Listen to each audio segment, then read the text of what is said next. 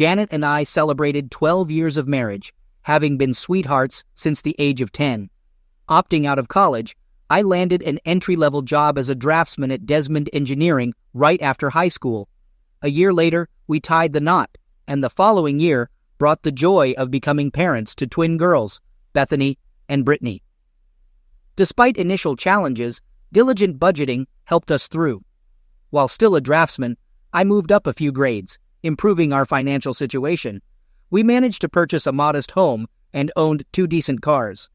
Although not brand new, they were far from outdated. Janet fulfilled her dream of being a housewife, and with our financial stability, she didn't need to work. Both of us remained healthy and fit. Janet had a bit more stature than our wedding day, standing just over 5 feet tall, with dark brown hair and bangs resembling little Marie Osmond. Personally, my physique hadn't changed much since my high school football days as the right tackle. Billy Martin moved to Reading from Lancaster about a year ago and took a job with Desmond Engineering as a surveyor. Billy and I played football against each other and immediately became friends. He also married his high school sweetheart, a redhead named Sarah. Sarah and Janet became instant friends. They didn't have children yet, but they were ideal nannies. When we weren't at work, Billy and I enjoyed each other's company. It was a pleasant breakaway from family life. Of course, Janet and Sarah did the same. They went shopping together, attended parties and club meetings, and Billy and I watched the girls on TV. Sarah also took a job as a secretary at Gilbert Engineering, located just outside the city. About 6 months ago, I began noticing changes. Previously, the PTA meeting was held once a month, but now it is once a week. Sarah, despite not having children, always visited Janet. The frequency of Tupperware and Magic Chef parties seemed to increase every month, yet they never made purchases. They joined a book club, but never found time to read. On weekends, they spent hours shopping, buying very little. Janet's collection of fashionable lingerie grew, but I never got to enjoy any of it. It started bothering me. I never mentioned anything to Billy because he didn't seem to care. I didn't want to cause problems if something happened. About an hour after putting the girls to bed, Janet came home from some kind of basket party. She took a shower before Sarah picked her up and took another as soon as she got home. This seemed strange to me. While she was in the shower, I quickly checked the basket and found a set of black lace lingerie. Who would wear black lace lingerie to a basket party? I'm not in the habit of checking my wife's underwear, but I did this tonight and found that the underwear were wet and sticky. I put them in my pocket. Until tonight, I had never once delved into my wife's purse or wallet. The only thing I was really interested in was her cell phone. Apparently, she was pretty sure I wouldn't spy because she hadn't deleted a single call in the last week. The majority of calls were addressed to Sarah, but a large number of incoming and outgoing calls were addressed to KC, KH, and KW. Of course, I had no idea who they were, but I quickly realized that the C stood for cell, the H stood for home, and the W probably stood for work. I checked her address book, and Sarah also had 3 numbers listed: Sarah S., Sarah H., and Sarah W. I was amazed at how well organized my wife's phone was. Looking at Sarah's work number, I noticed that it had an extension. Checking KW's number, I found it was the same number as Sarah, but with a different extension. It wasn't hard to guess that Janet was calling and receiving calls from someone who worked with Sarah. It was also easy to guess that Sarah must have been the one who introduced Janet, and the mysterious company, K. Gilbert Engineering, was now closed. I took Janet's phone and dialed KW's number. Upon approaching Ken Sanders' desk, I heard a recorded message stating that he wasn't available at the moment. The message suggested leaving a name and phone number for a callback. After the signal, I ended the call, finding it too easy. Janet poked her head around the doorway and inquired if I was going to bed. I responded that I was almost done with the book and would get up once finished, acknowledging the possibility of falling asleep on the sofa. It was my intention to sleep on the couch. It was a restless night. I kept trying to figure out what I did wrong or what I could have done differently. It was a terrible waste of time and mental effort. Every time I redirected my thoughts to what I should do, they kept coming back to what I should do. I kept looking at the clock and it didn't move. All I knew for sure was that I was not going to take any blame for what happened or what was going to happen. I woke up to the sounds of my 2 little angels cooking breakfast. Janet encouraged them to take care of themselves rather than wait. The idea was good, and it appeared to be effective. While stretching and scratching myself, my wife entered the room and mentioned that I should hurry up or I'd be late for work. I assured her it wasn't a problem as I wasn't going to work that day. When she questioned why, I explained it was due to too many personal problems. With a yawn, I headed towards the bathroom, realizing I needed a shower. Upon my return, Janet seemed a bit puzzled as the girls had already left for school. I grabbed a cup of coffee and sat at the table opposite my wife, who looked at me hesitantly, as if anticipating something but uncertain about what. I straightforwardly requested her to share details about her novel, sensing she might not readily open up and share her thoughts. In response, she asked if my downcast mood was due to suspicions of her being unfaithful. I confirmed my concerns and pressed her to discuss the novel. Despite being married for 12 years, she questioned why I would entertain such thoughts. I insisted on discussing her novel, citing my work commitments for the day and a refusal to engage in games. My wife, with affection, let out an exasperated sigh and leaned in, reassuring me that there was no romance in her novel. I sarcastically acknowledged her honesty, but expressed my inability to appreciate it at the moment. She leaned back, sipping her coffee as if she had taken control of the situation. I then asked if she could answer a few simple questions, to which she agreed. I inquired about her frequent attendance at PTA meetings every week, despite the PTA secretary stating they only held monthly meetings and she hadn't attended one in 6 months. In response, she expressed confusion and a bit less sassiness, claiming she didn't understand what I was implying. I pointed out that she and Sarah attended non-existent PTA meetings every Tuesday and questioned why she would lie about such a matter. Janet took some time to reflect on the question and eventually found an answer. She apologized, explaining that on Tuesday nights, she and Sarah went to Rosie's Cantina for ladies' night to enjoy 2-for-1 margaritas. They hadn't informed me to avoid any misunderstandings, considering Billy and me. She admitted it was a mistake and promised to inform us from now on. I remained skeptical, stating that I would verify her explanation. I suggested Sarah might support her, but I questioned what the people at Rosie's might say. In response, she emphasized that I was making a big deal out of it. She then shifted the focus, asking about my behavior at little Tupperware parties, questioning why I took a shower before leaving and another upon returning home. I explained that it was to eliminate the smell of smoke from my hair, as many women smoked at those gatherings. She continued probing, asking why I wore fancy underwear to those parties, but not for her, unless it was a special occasion. I admitted not having a good answer, stating that I just wanted to feel dressed up when going out. Janet's lies began to irritate me, and I struggled to control my anger, realizing it was time to address the situation. I confronted her with the soiled underwear I found the previous night, accusing her of deception. I expressed my awareness that the substance on the underwear was not mine, and warned her against claiming it was due to a yeast infection. My anger escalated, and I demanded an explanation. Janet fidgeted in her chair, avoiding eye contact, seemingly unable to provide a quick response. Frustrated, I pressed her further, questioning why she had come home with soiled underwear and insisting on an explanation. She urged me to stop and expressed her inability to endure the situation any longer, claiming we had been married for 12 years. She questioned how I could treat her in such a manner.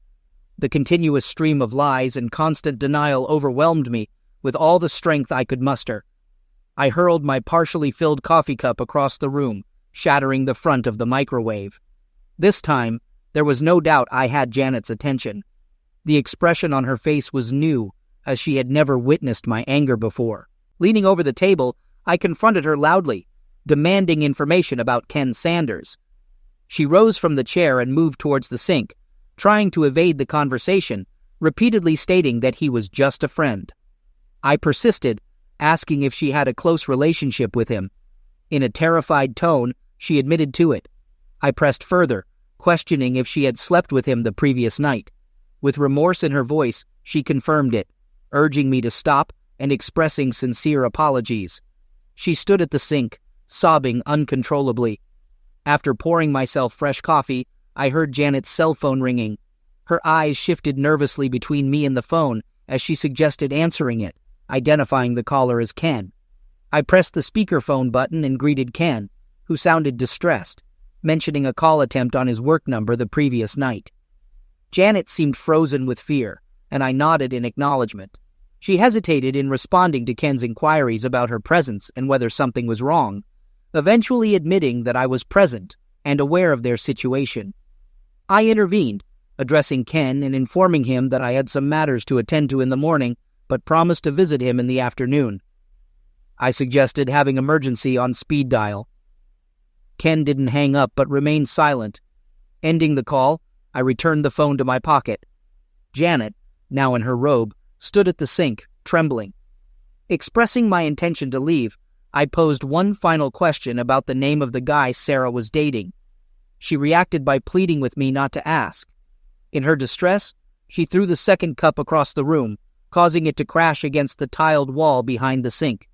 In a hurried manner, she provided the name as Kelvin, specifically mentioning Calvin Bostic.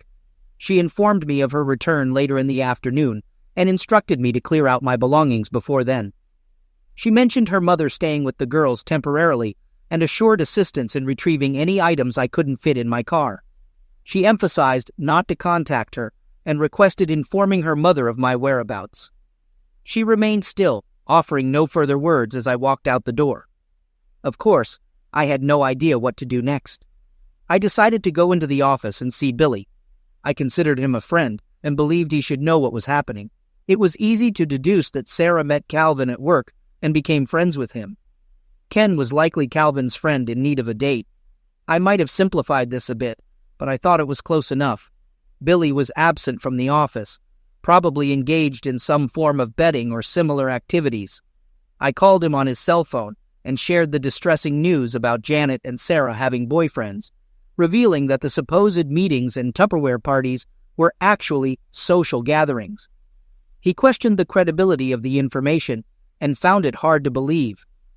I suggested asking Sarah about a guy named Calvin Bostic, who worked with her and Gilbert, as I suspected she might have introduced Janet to someone from their workplace. Billy expressed disbelief upon learning about Calvin Bostic, as they had graduated together. I also mentioned a guy named Ken Sanders, describing him as a tall, skinny individual. I shared my belief that Janet would likely warn Sarah soon, as she had given me various excuses before finally confessing. After our conversation, I went to HR to request a short leave, finding it impossible to focus on work. It took only 10 minutes to transfer my tasks to another draftsman. Meanwhile, Janet's cell phone rang, displaying Sarah's name on the caller ID. I answered the call, pretending to be Janet, and inquired about the situation. Sarah apologized, thinking she was calling Janet, and mentioned that Billy had received information at the office. Expressing my anger and disgust, I asked Sarah to clarify what someone had said to Billy. She revealed that she intended to take Janet home and suggested that bothering Janet at that moment was not ideal, as she was busy packing her belongings. Surprised by this revelation, I questioned the reason for packing and learned that Janet planned to return to live with her parents temporarily. Enjoying the pause on the other end of the line, I smiled, imagining the scenarios running through Sarah's mind. In response, I advised her to inform Calvin about Billy's impending arrival, implying that he might appreciate a head start. Sarah reacted with shock and disbelief, exclaiming, "No, God, no," before hanging up. This woman's nerves. We only had one credit card, so canceling it was no problem. We also had an ATM or a debit card. It took me 5 minutes to change the PIN number. I had no idea what to do with the checking account, so I just ignored it for now. In any case, I needed it to pay utilities and other bills. I just hoped Janet didn't take any receipts with her. The cell phone rang again, but this time, it was my phone. Billy chased Calvin Bostic out of the Gilbert building and caught him in the parking lot. He was in jail and wanted me to tell his brother from Lancaster to come and post bail for him. I called his brother. There was nothing more I could do for Billy, so after lunch, I went to Taco Bell. I visited my mom and dad, explaining everything to them. Mom was more than willing to watch the girls for a while. She stayed with me during the week, and the twins stayed with them on the weekends. Now it's time to visit Ken Sanders. The guys in Gilbert's drafting department were eager to tell me about Billy's visit that morning. The drafting department overlooks the parking lot, and they saw everything that happened. Billy caught Calvin before he could get to his BMW. He threw him over the hood of one of the cars and started smashing his face. The guards followed them and tried unsuccessfully to get Billy out.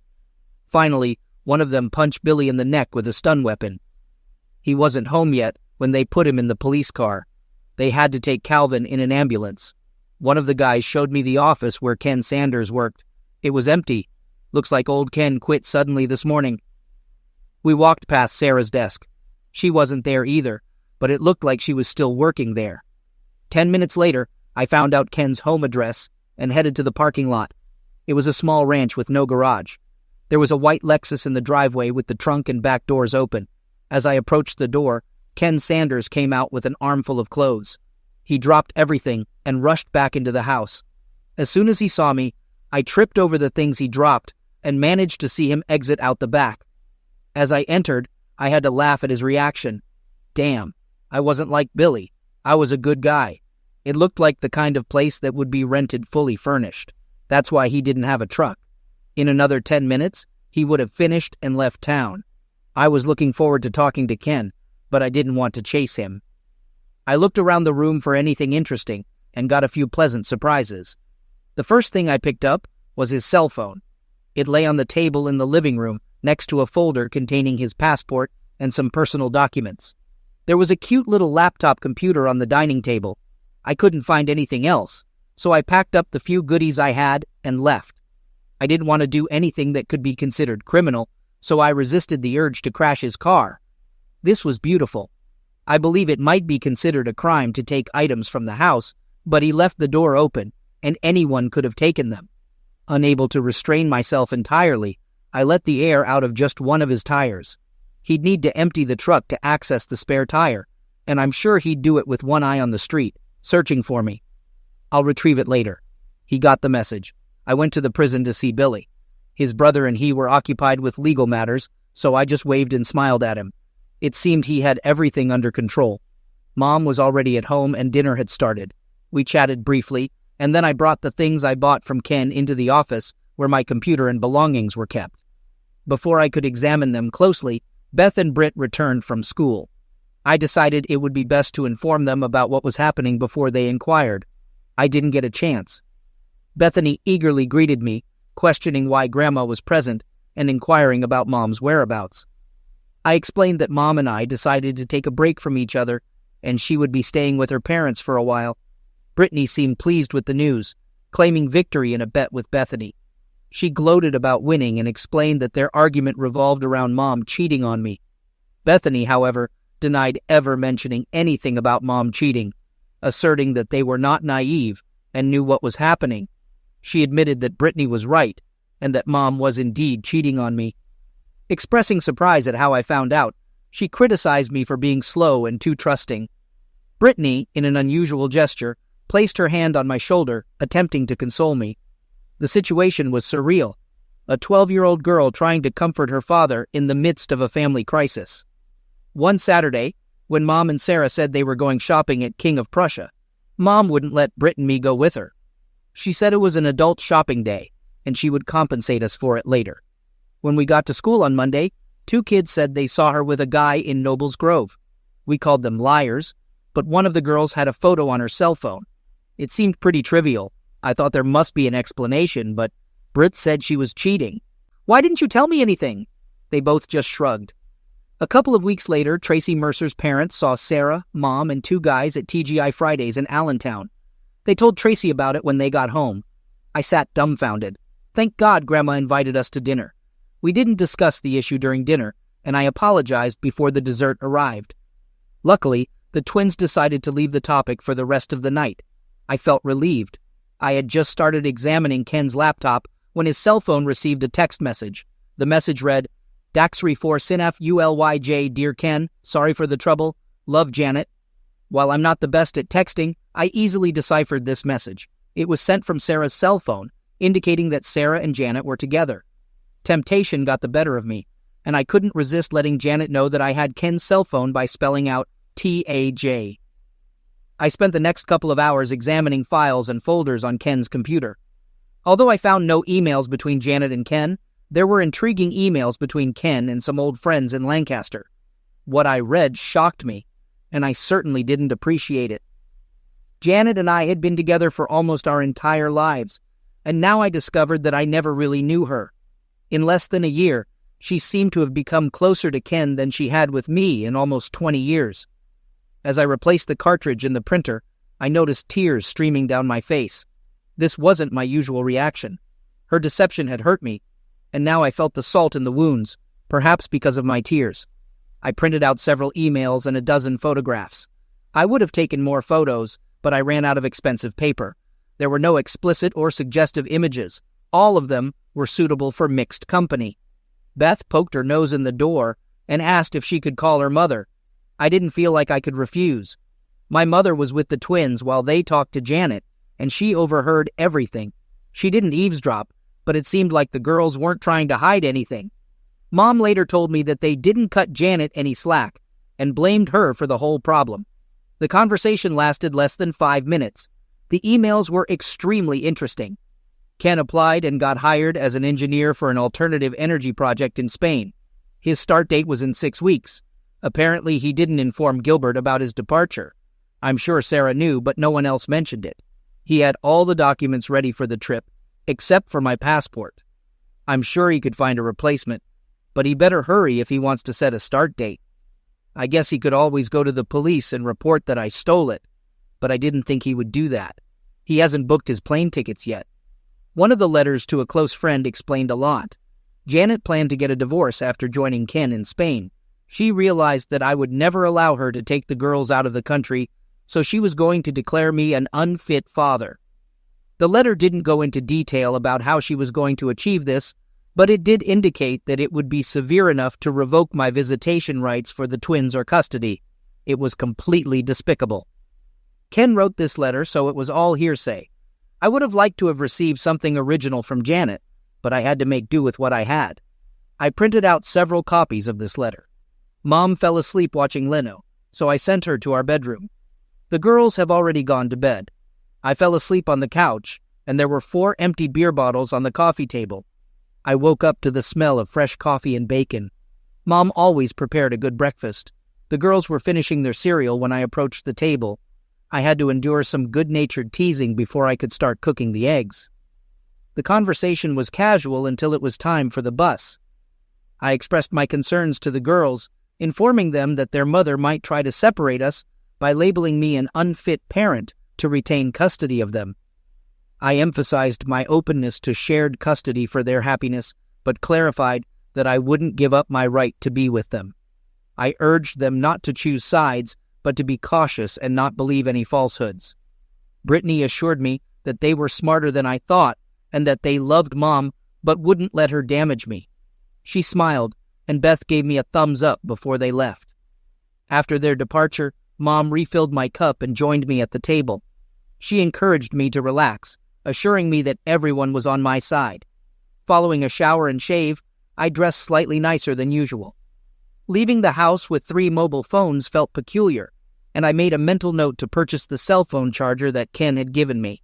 Though I probably wouldn't need it, I preferred to be prepared. I checked in at the Family Services office and awaited the caseworker's call. Upon receiving it, I was surprised to recognize the woman who assisted me. Jody Mitchell, whom I hadn't seen in over 10 years, greeted me with a remark about our shared past in high school. She remembered me from those years when she was part of the goth group that stuck together, facing ostracization, particularly from athletes like me. Though she looked normal now, I couldn't forget her pink hair, black lipstick, and dark eye makeup. The sign on her desk read, J. Mitchell, indicating she likely hadn't married. 12 years ago, I could understand it, but today, she looked normal. John, what can I do for you? Her question interrupted my train of thought. I stuttered a bit and acknowledged Jody's appearance, to which she chuckled at my awkwardness. I apologized if my words had been embarrassing, and she reassured me to relax. She shared that halfway through college, she realized she could face the world authentically without a false facade. Jody mentioned she had been what I might call normal for almost a decade now, feeling much more comfortable this way. However, she acknowledged sounding patronizing at times and apologized for her difficulty in keeping her foot away from her mouth. Moving on, I asked Jody if there were any files or reports on me. She confirmed there was nothing under my name or Janet's, indicating that it seemed we were providing for our children rather than mistreating them. I affirmed having 12-year-old twin girls, Bethany and Brittany. Shifting the conversation to the main issue, I explained that my wife planned to leave me and take the girls with her.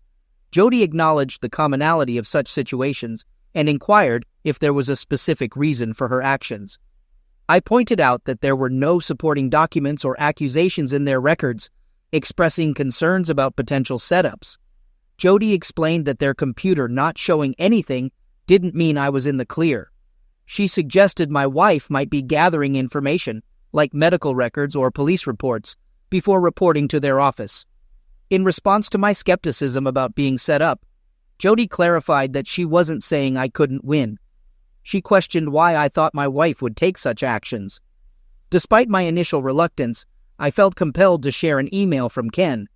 I handed a copy across Jody's desk and inquired about its origin.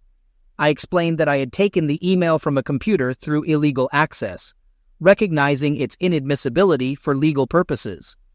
I mentioned the word conspiracy without understanding its legal definition, and expressed my confusion and concern about how to protect myself and my daughters in this situation, especially since I couldn't afford a lawyer.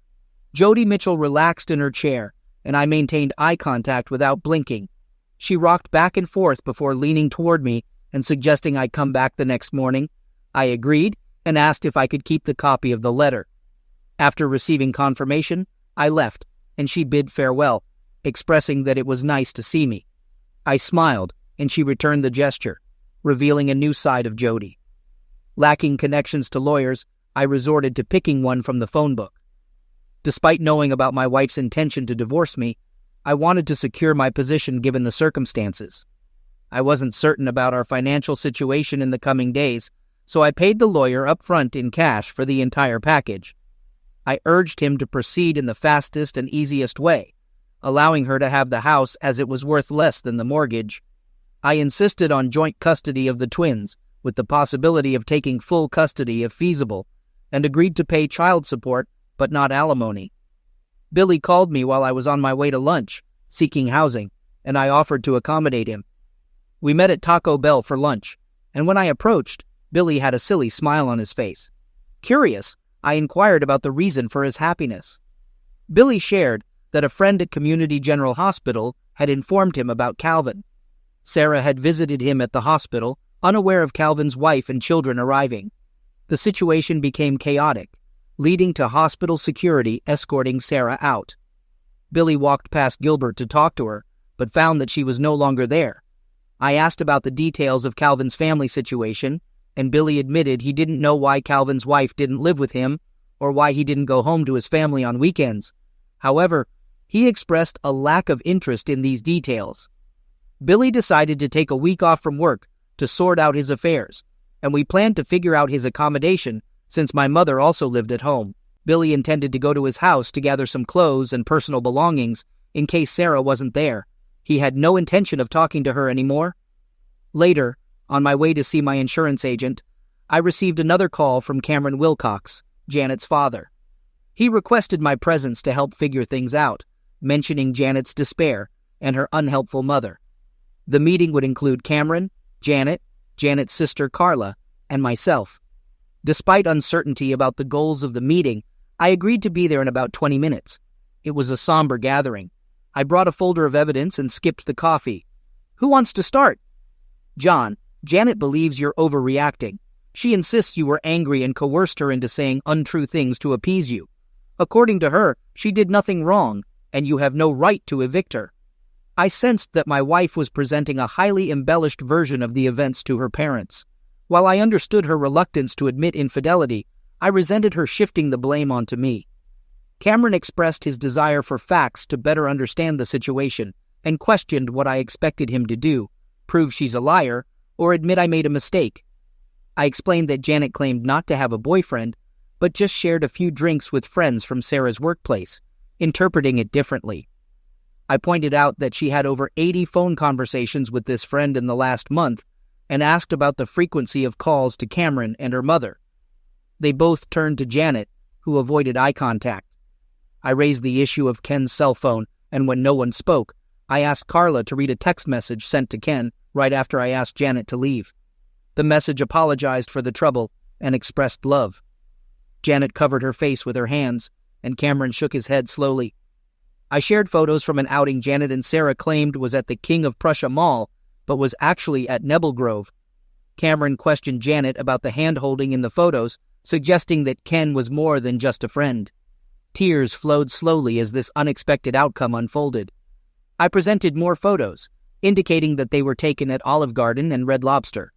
I mentioned the stains on Janet's underwear, but decided not to discuss them at that moment. Cameron apologized for calling me in for such a situation, expressed his upset at being tricked, and shook my hand as I left. Janet left the room sobbing like a child, and there was no discussion about the stains on her underwear at that time. Cameron assured me that the situation wouldn't be ignored. Upon returning home, Mom and Billy had already set up a fold-out bed in the living room. It wasn't a hallway, just a small extra room where I kept my computer. Billy had a pile of extra clothes in the corner that he had taken from home. Sarah wasn't home when he arrived. The most interesting thing awaiting me was the mail, but in fact, it wasn't waiting for me. It was for Janet. A beautiful official envelope from the passport department. I knew I shouldn't open it, but I couldn't help myself.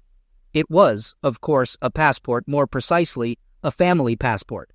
The photo featured Janet and the two girls.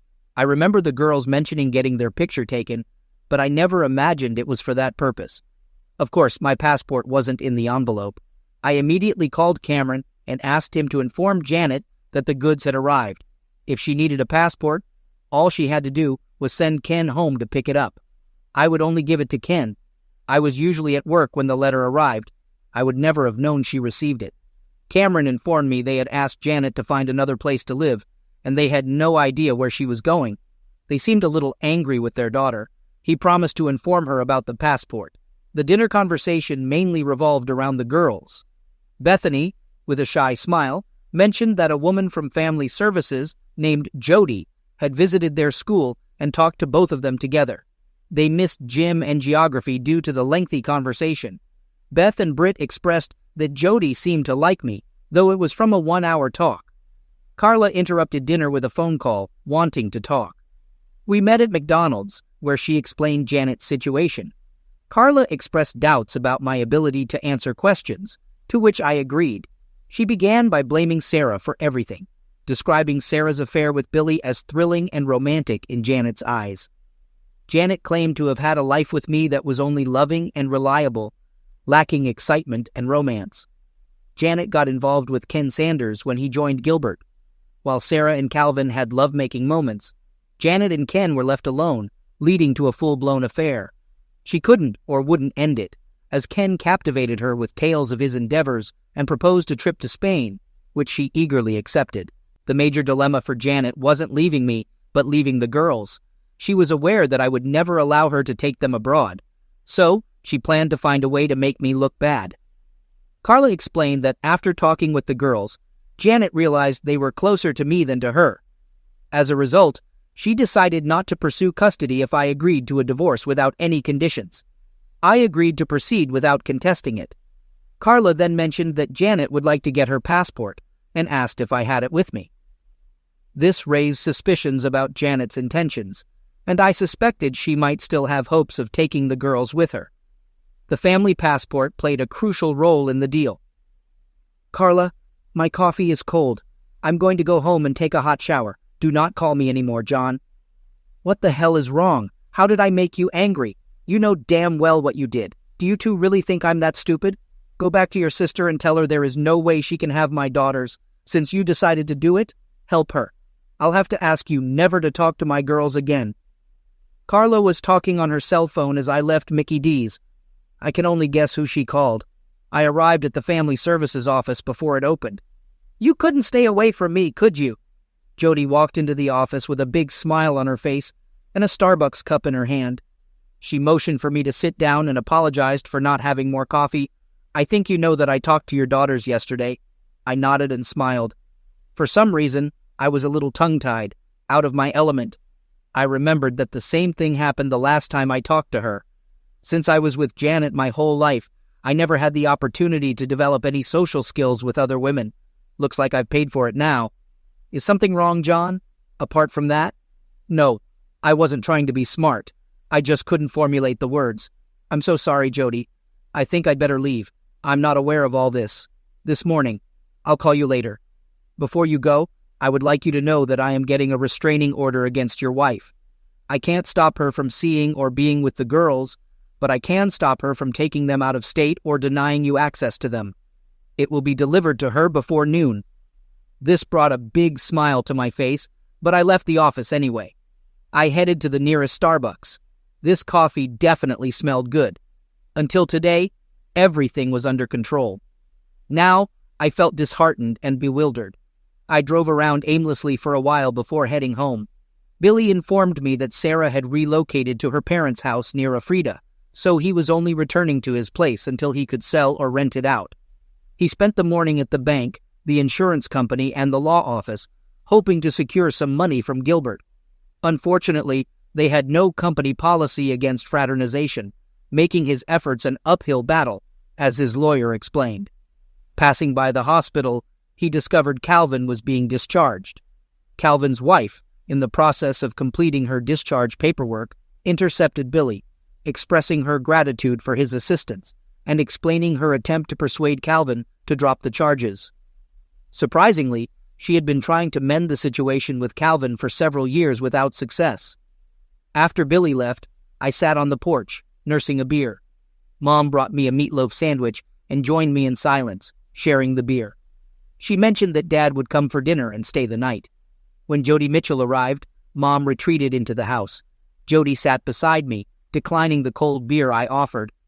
We sat in silence for a few moments before she spoke. I served Janet's papers about an hour ago. She was quite upset, by the way, staying with her sister. I finished the long neck I was holding. It may seem good, but why do I feel so bad? In such situations, there's nothing good, John, just less bad. I pulled out another beer, hesitated, and returned it to the refrigerator. Could you come in and explain all this to the girls? I get along with them, but no matter how carefully I phrase it, it might sound like I'm blaming their mother. I fear it could push them away. How about 7 tonight? I nodded, and she stood up, walking to her car. Halfway there, she looked back, a positive sign, and I smiled. She smiled back. Jody visited that evening and spent considerable time with Beth and Britt. Billy and I busied ourselves searching his house, removing anything that belonged to or reminded him of Sarah. Jody began frequenting our house several times a week, spending as much time with my mom as with the girls. I noticed she was avoiding me. While this suited me, I was curious. One evening, after the girls had gone to bed, she sat beside me. I felt the need to talk to her, but she initiated the conversation. She asked if I had any wine, preferably with a cork. I explained that I had wine, but they all had screw caps. She found it amusing and requested something red, so I poured a bottle into a container that resembled more of a jug. As we drank, I gathered the courage to discuss the girl's well-being during her visits. She mentioned that the twins were fine and didn't necessarily need to see her. Surprisingly, she clarified that she visited to see me, not the girls. I was confused, as she rarely engaged in conversation during her visits. She admitted that she thought I might have a rule against fraternizing with clients, which we both found amusing. To lighten the mood, she brought up the topic of tattoos and expressed surprise that I hadn't asked to see hers. I confessed that I had 4 tattoos from my high school days, 3 of which were easily visible, and 1 more discreet.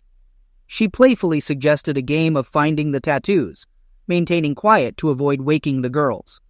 The 4th tattoo was in a secluded place, and I admired her for a while before she left, apparently before the twins woke up.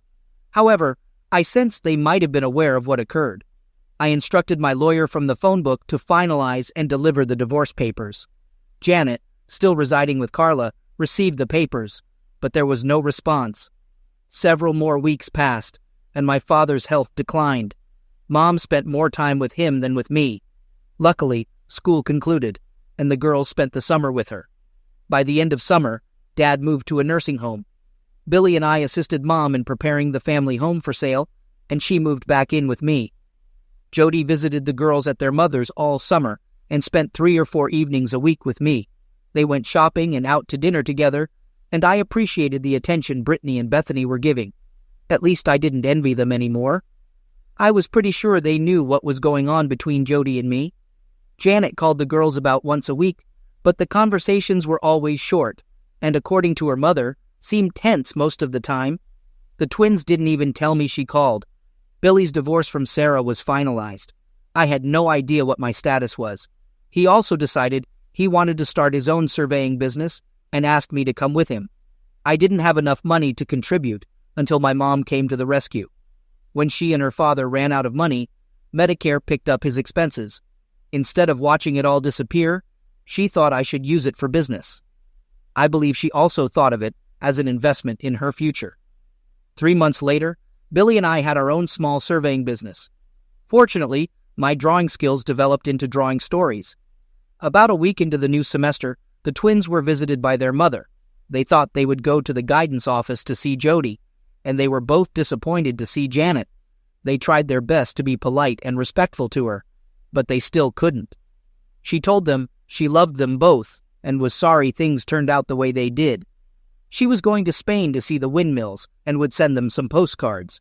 She promised to call them every year on their birthday and send them amazing Christmas gifts. They said she cried when she left. Janet never called me to tell me she was leaving, but the next week, her parents showed up at the house. They apologized again for what Janet did, but made no attempt to defend her or justify her actions. Brittany and Bethany were their sole grandchildren, and they desired the opportunity to see them. I had no qualms about their request. They conveyed that Carla felt too ashamed to approach me, torn between her sister and her parents. 2 months later, my divorce was officially concluded. Jody and I opted to celebrate at Red Lobster. It was a rare evening without the girls, who seemed content. In fact, I believe they were somewhat elated. We spent the night at a local Holiday Inn. The twins welcomed me back with delight at 10 o'clock the following morning. Though they didn't voice it, they smiled from ear to ear throughout the day. A year later, everything was going well, but unfortunately, my father passed away. Mom considered relocating to Florida with her sister, but was reluctant to leave the girls. The twins thought their grandmother should depart, but proposed that Jody take her place, even if she couldn't cook as well as my mother. They also insisted they were old enough to have separate rooms. It was an evident and viable plan. The girls received birthday cards from their mother, but there was no phone call. She also sent numerous postcards, all depicting Spanish windmills. I wasn't sure of the significance.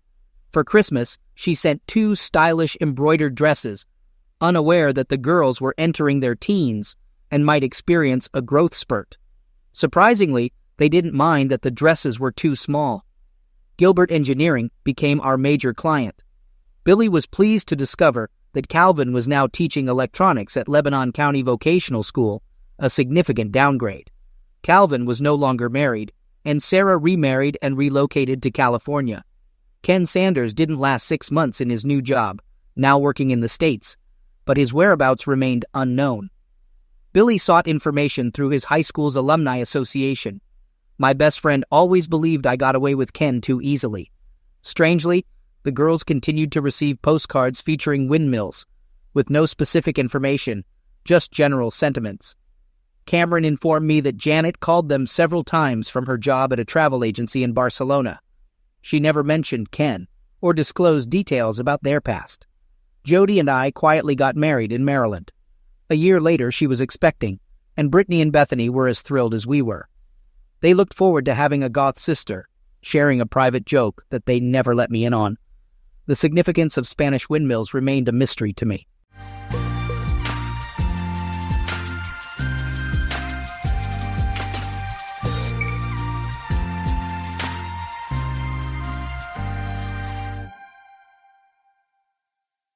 I usually don't ask this early, but if you could like the video and subscribe, it would mean a lot. We're so close to hitting 1,000 subscribers, and your support can really help get my content out there. Thanks. It was an ordinary day like any other. Emile Trudeau, 42, had just returned from his usual Saturday morning routine, a trip to the farmer's market followed by a brisk walk around Montreal's Parc La Fontaine. Life had settled into a comfortable rhythm, much different from the whirlwind of chaos it had once been. His son, Louis, now 18, was away at university studying mechanical engineering, a far cry from the broken, confused child Emile had comforted through countless sleepless nights. The memories of those darker days occasionally surfaced, but Emile had long since learned how to keep them at bay. That is, until the doorbell rang. At first, Emile thought nothing of it. The postman, perhaps. A delivery he'd forgotten about. He wiped his hands on a kitchen towel, shaking off the water from washing dishes, and headed toward the front door. But as soon as he opened it, his heart stopped. Standing there, framed by the cool September air, was Marguerite Tremblay. Marguerite, the woman who had once been his wife, the woman who had shattered their family a decade ago, the woman who had vanished from their lives without a word, leaving Emile to pick up the pieces of their broken home. And she wasn't alone. A little girl, no older than 5 or 6, clung to her side. Marguerite's face, once radiant with youth and confidence, looked older, more tired. Her once well-kept auburn hair now had streaks of gray, her skin marked by lines of stress and time. She was a far cry from the woman who had walked out of his life all those years ago. But those eyes, those same green eyes that had once captured his heart, now looked up at him, pleading silently for something he wasn't sure he could give. "Emile," Marguerite began, her voice shaky, "I know this is unexpected, but I need your help." For a moment, Emile just stood there, frozen. It was as though time itself had stopped, and he was thrust back 10 years to that fateful day when everything had fallen apart. He could still hear the echoes of her final words before she left. "I can't do this anymore. I need to find myself. I need to be happy." Marguerite had left him for another man, a decision that had blindsided Emile. One day, they had been a family, and the next, she was gone. It was a betrayal that had cut deeper than any wound Emile had ever known. And now, after all this time, she was standing at his doorstep, with another man's child, no less, asking for something. But what? Forgiveness? Redemption? Emile felt a surge of emotions rising in his chest. Anger, confusion, disbelief. "I made a mistake," Marguerite continued, her voice cracking. She glanced down at the little girl by her side, her hand gripping the child's tighter. "I left because I thought I needed something else, but I was wrong. I see that now. I've been through a lot, Emile. The man I left you for, he's gone. He left me. And now, I don't have anywhere else to go." Emile blinked, trying to process the weight of her words. The sheer audacity of her showing up like this, after 10 years, after all the hurt she had caused, was almost laughable. He clenched his jaw, his eyes narrowing as he stared at the woman who had once been his world. But now she was nothing more than a ghost from a past he had worked so hard to bury. "You made your choice," Emile said coldly, his voice hard and unyielding. "You walked out on us, on Louis, and now what? You think you can just waltz back in like nothing happened?" Marguerite flinched at his words, her face paling. I know I hurt you. I hurt Louis. But I want to make things right. I want to be a family again. I miss him. I miss you." Emile felt his heart twist at the mention of Louis. Their son, who had been only 8 years old when Marguerite left, had been devastated by her departure. He had cried for days, weeks even, asking why his mother didn't love him enough to stay. And now, after all those years of trying to fill that void, of trying to be both father and mother to his son, Marguerite had the nerve to show up and ask to be a part of their lives again? The little girl by Marguerite's side tugged at her sleeve, her eyes wide and confused.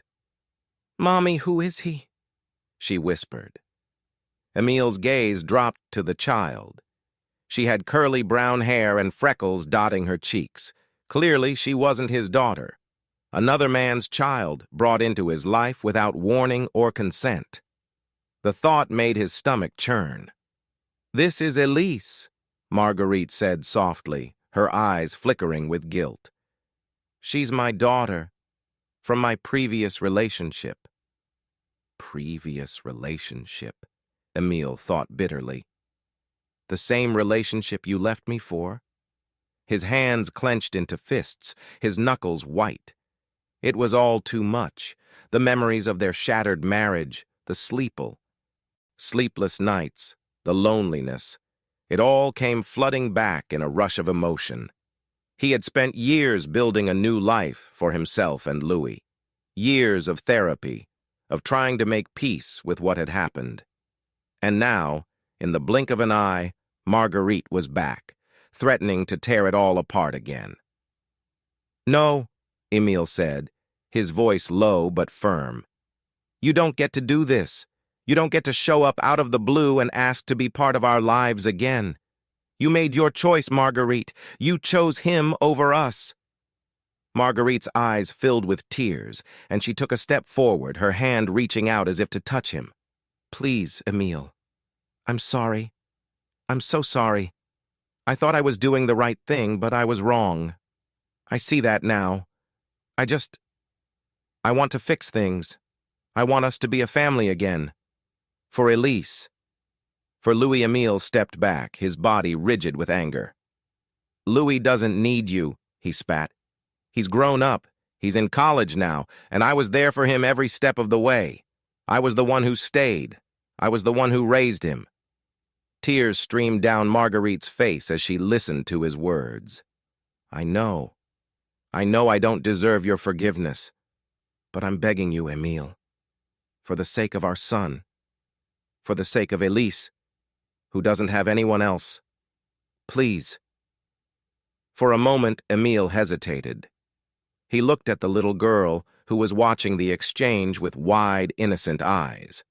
She didn't ask for this. She didn't ask to be caught in the middle of her mother's mistakes. But even as pity flickered in his heart, the overwhelming anger and betrayal he felt wouldn't let him give in.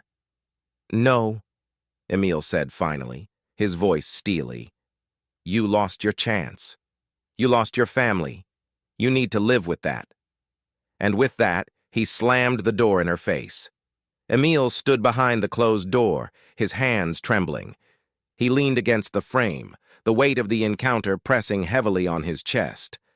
Outside, he could still hear Marguerite's muffled sobs as she stood there, probably hoping he would open the door again. But he wouldn't. He couldn't. His mind raced with 1,000 thoughts, memories of the life they once shared flashing before his eyes. They had been so happy, or at least he thought they had been.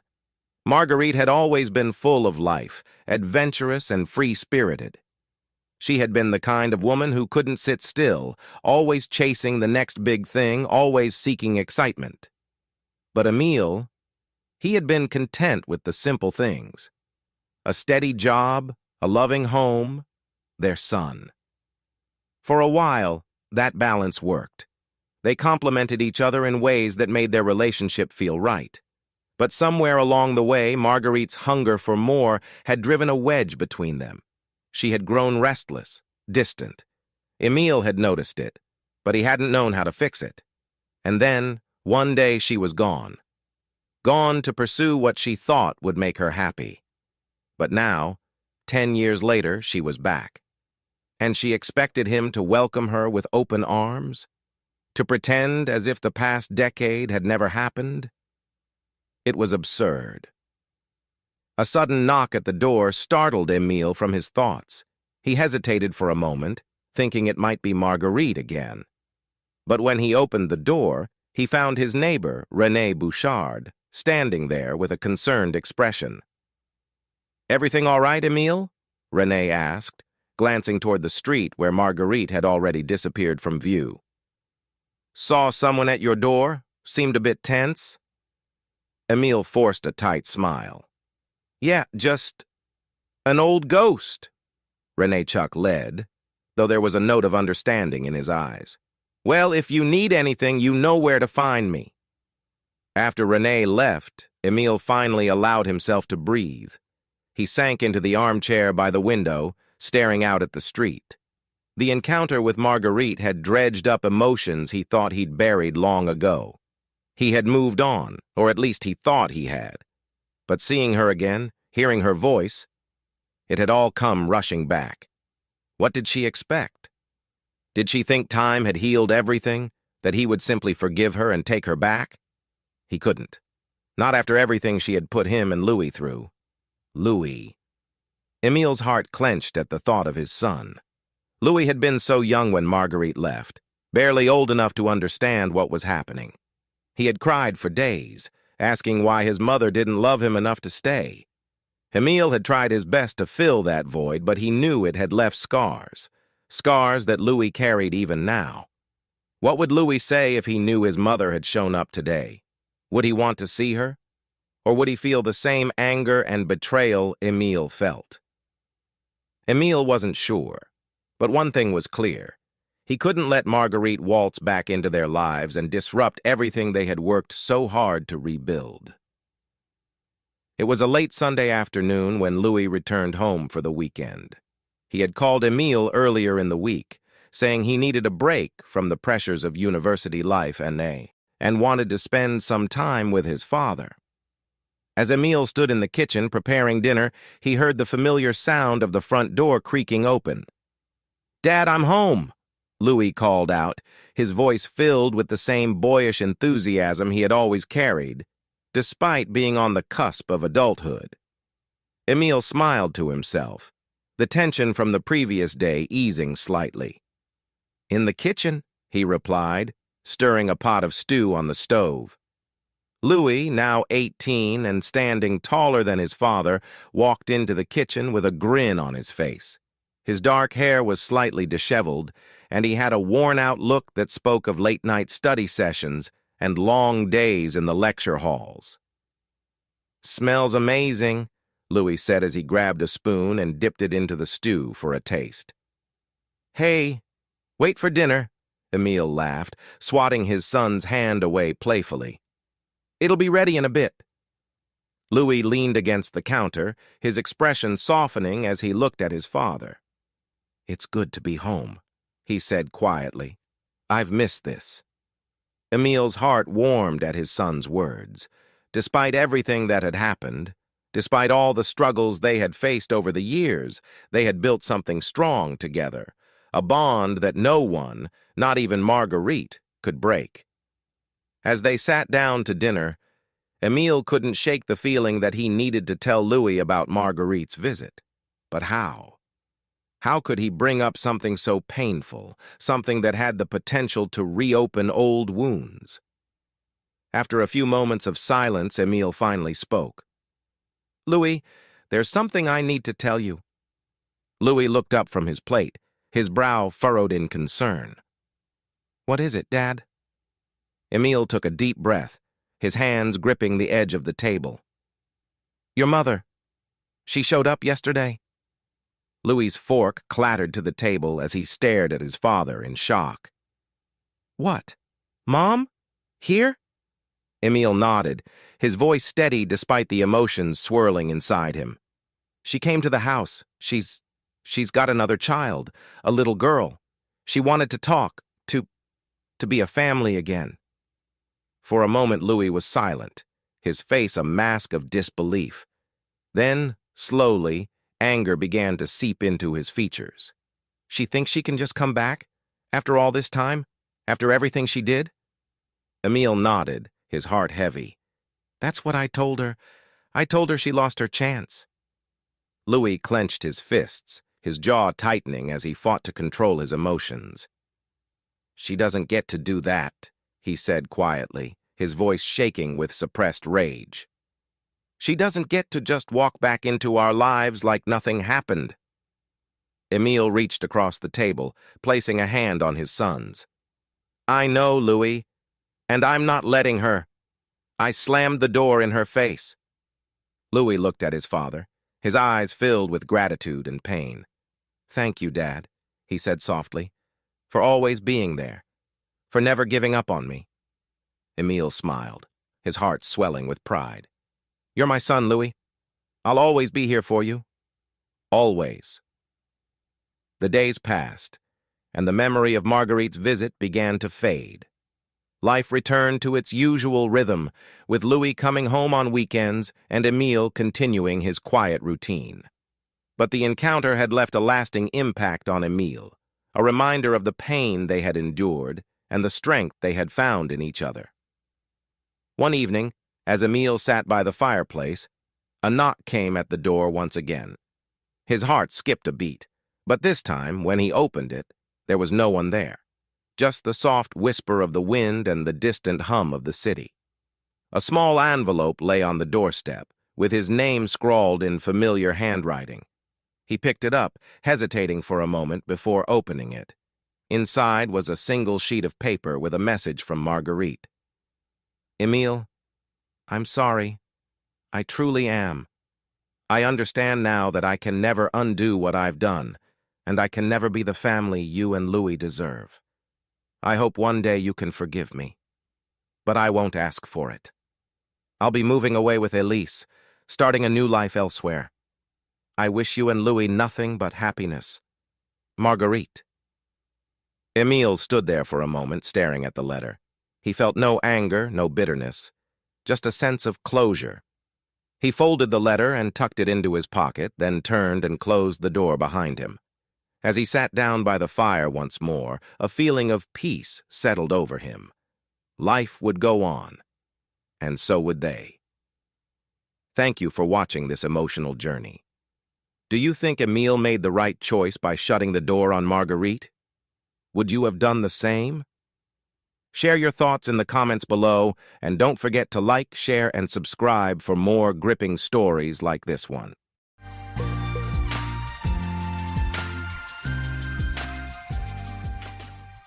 Growing up in the sleepy contours of our village, life moved at a pace dictated by the seasons and the sun's measured path across the sky.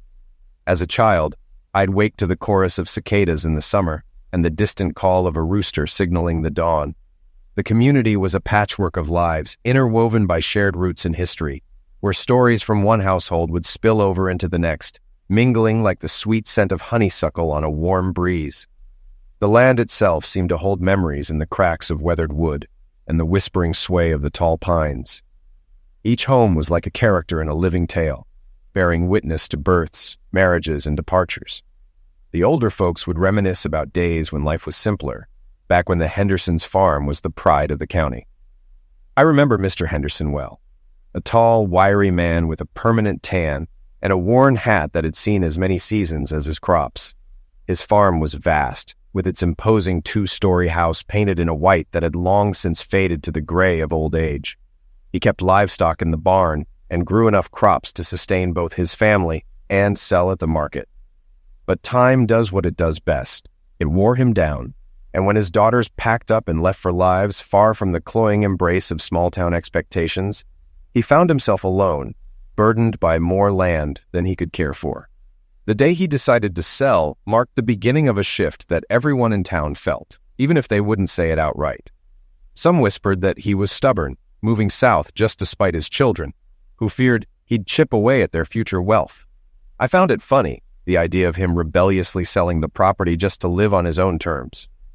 My aunt, never one to let an opportunity pass to show her disdain for pretension, often mocked those daughters for being too proud and disconnected from the life that raised them. It was the old Southern way to scoff at airs and graces that didn't fit into the weathered frame of our lives. So when I learned the Henderson place had new owners, a mixture of curiosity and unease settled in me. The talk around town was that the buyers were Yankees, a loaded term that carried with it a blend of suspicion and reluctant intrigue. The only certainty was that they had money, enough to afford a 212-acre farm that had seen better days. But who they were and what they intended remained a mystery, one that had everyone leaning over fences and whispering theories. I met her by chance. Her Cadillac was parked on the roadside, steam rising from the hood. I stopped, as any neighbor would. She sat inside looking panicked, refusing to roll down her window, just staring at me.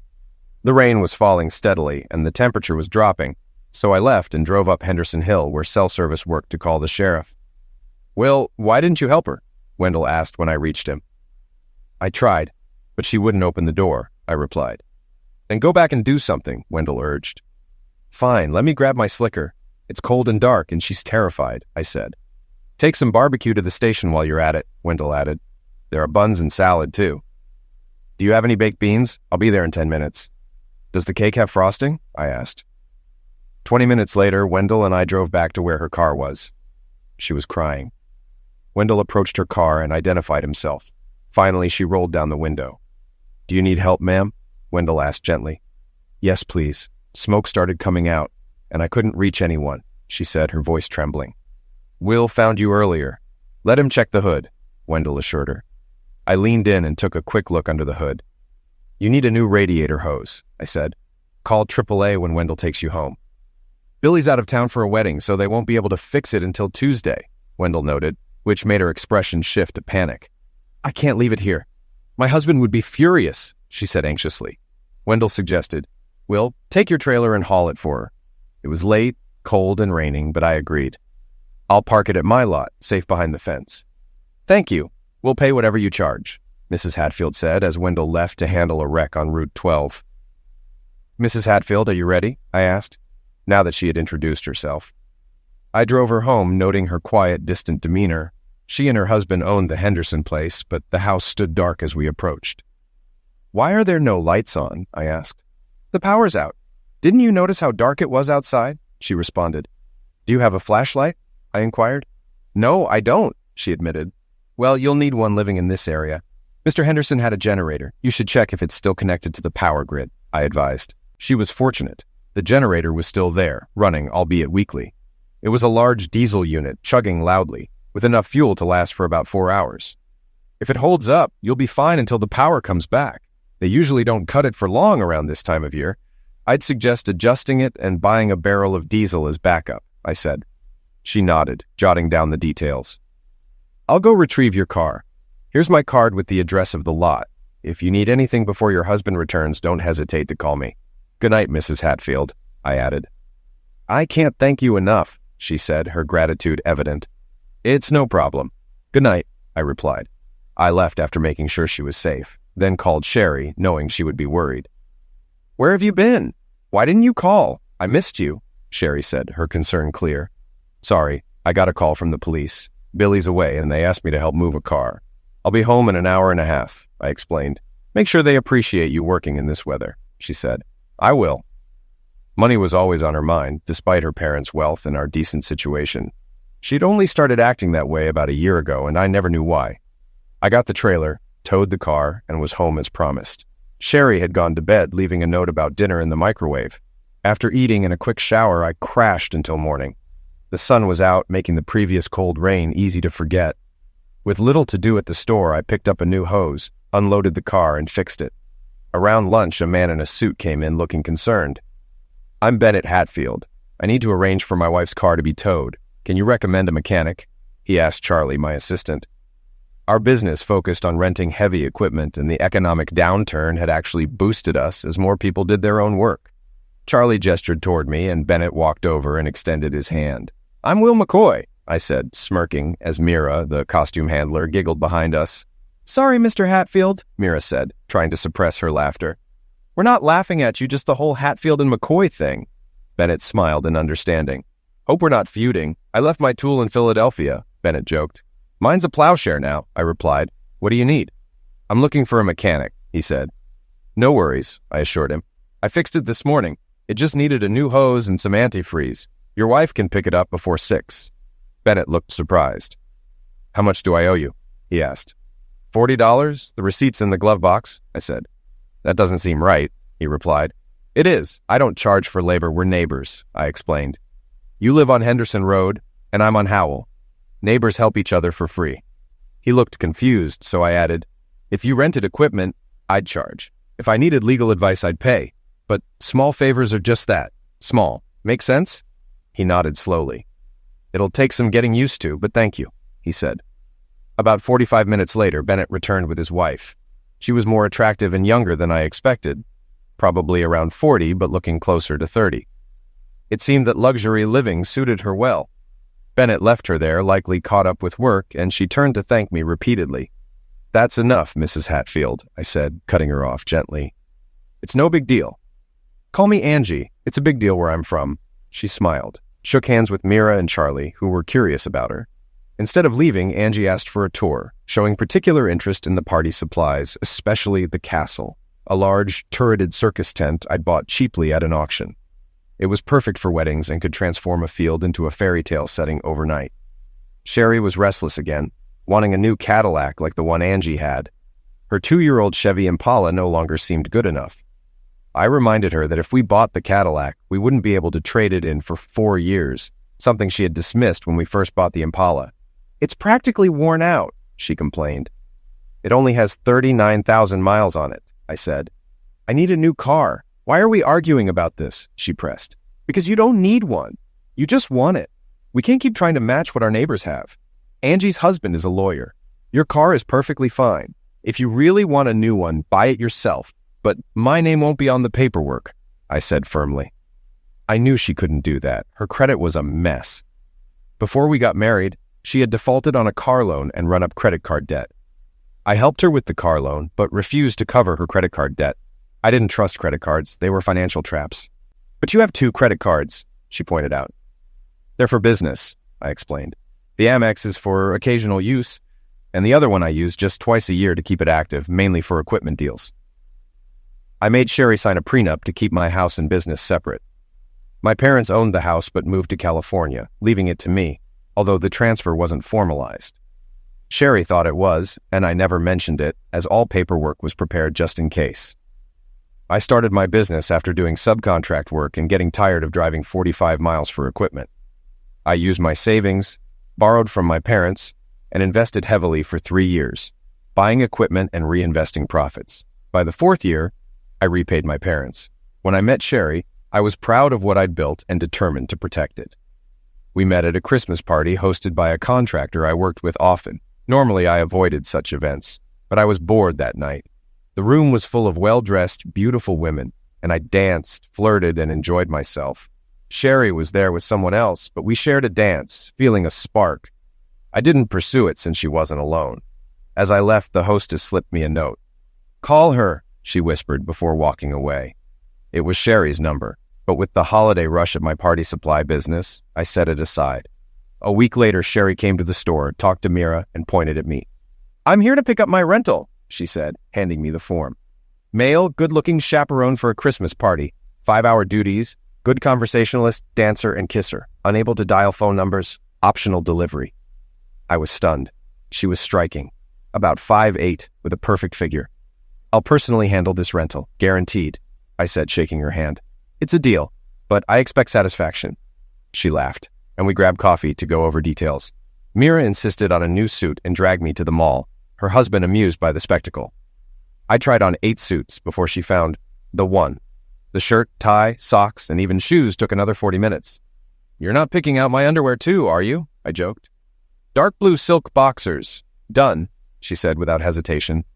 "Remind me to fire you." "Only if it comes with costume modeling," she replied. I was resigned. "Let's go home," I pleaded. "If you promise to cut your hair tomorrow," she teased. Dressed to the nines, I rented a Cadillac Escalade for the weekend. When I picked up Sherry, she looked breathtaking, in a shimmering green dress with a high slit and a plunging neckline held up by double-sided tape. She was both bold and elegant. I helped her into the car, catching a glimpse of her garters. We must have talked, but I remember none of it. At the party, she stole the spotlight, constantly asked to dance.